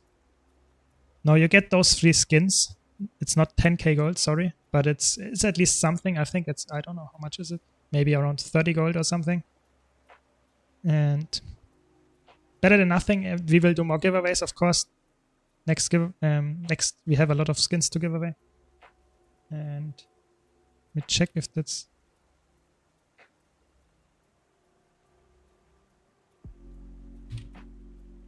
So, are you sure this is your account name? Just that it's correct. Wait, this one. Yeah, perfect. So you get even more. Congrats. Exactly. I think you should all do the how's it called? The achievements. Those collections here. You should all do them if they are cheap. There are a lot of them, but all of them give you 7 tickets and then you can get some money back. So it's really cheap to just buy those, how they are called, the skins, because they're really cheap right now.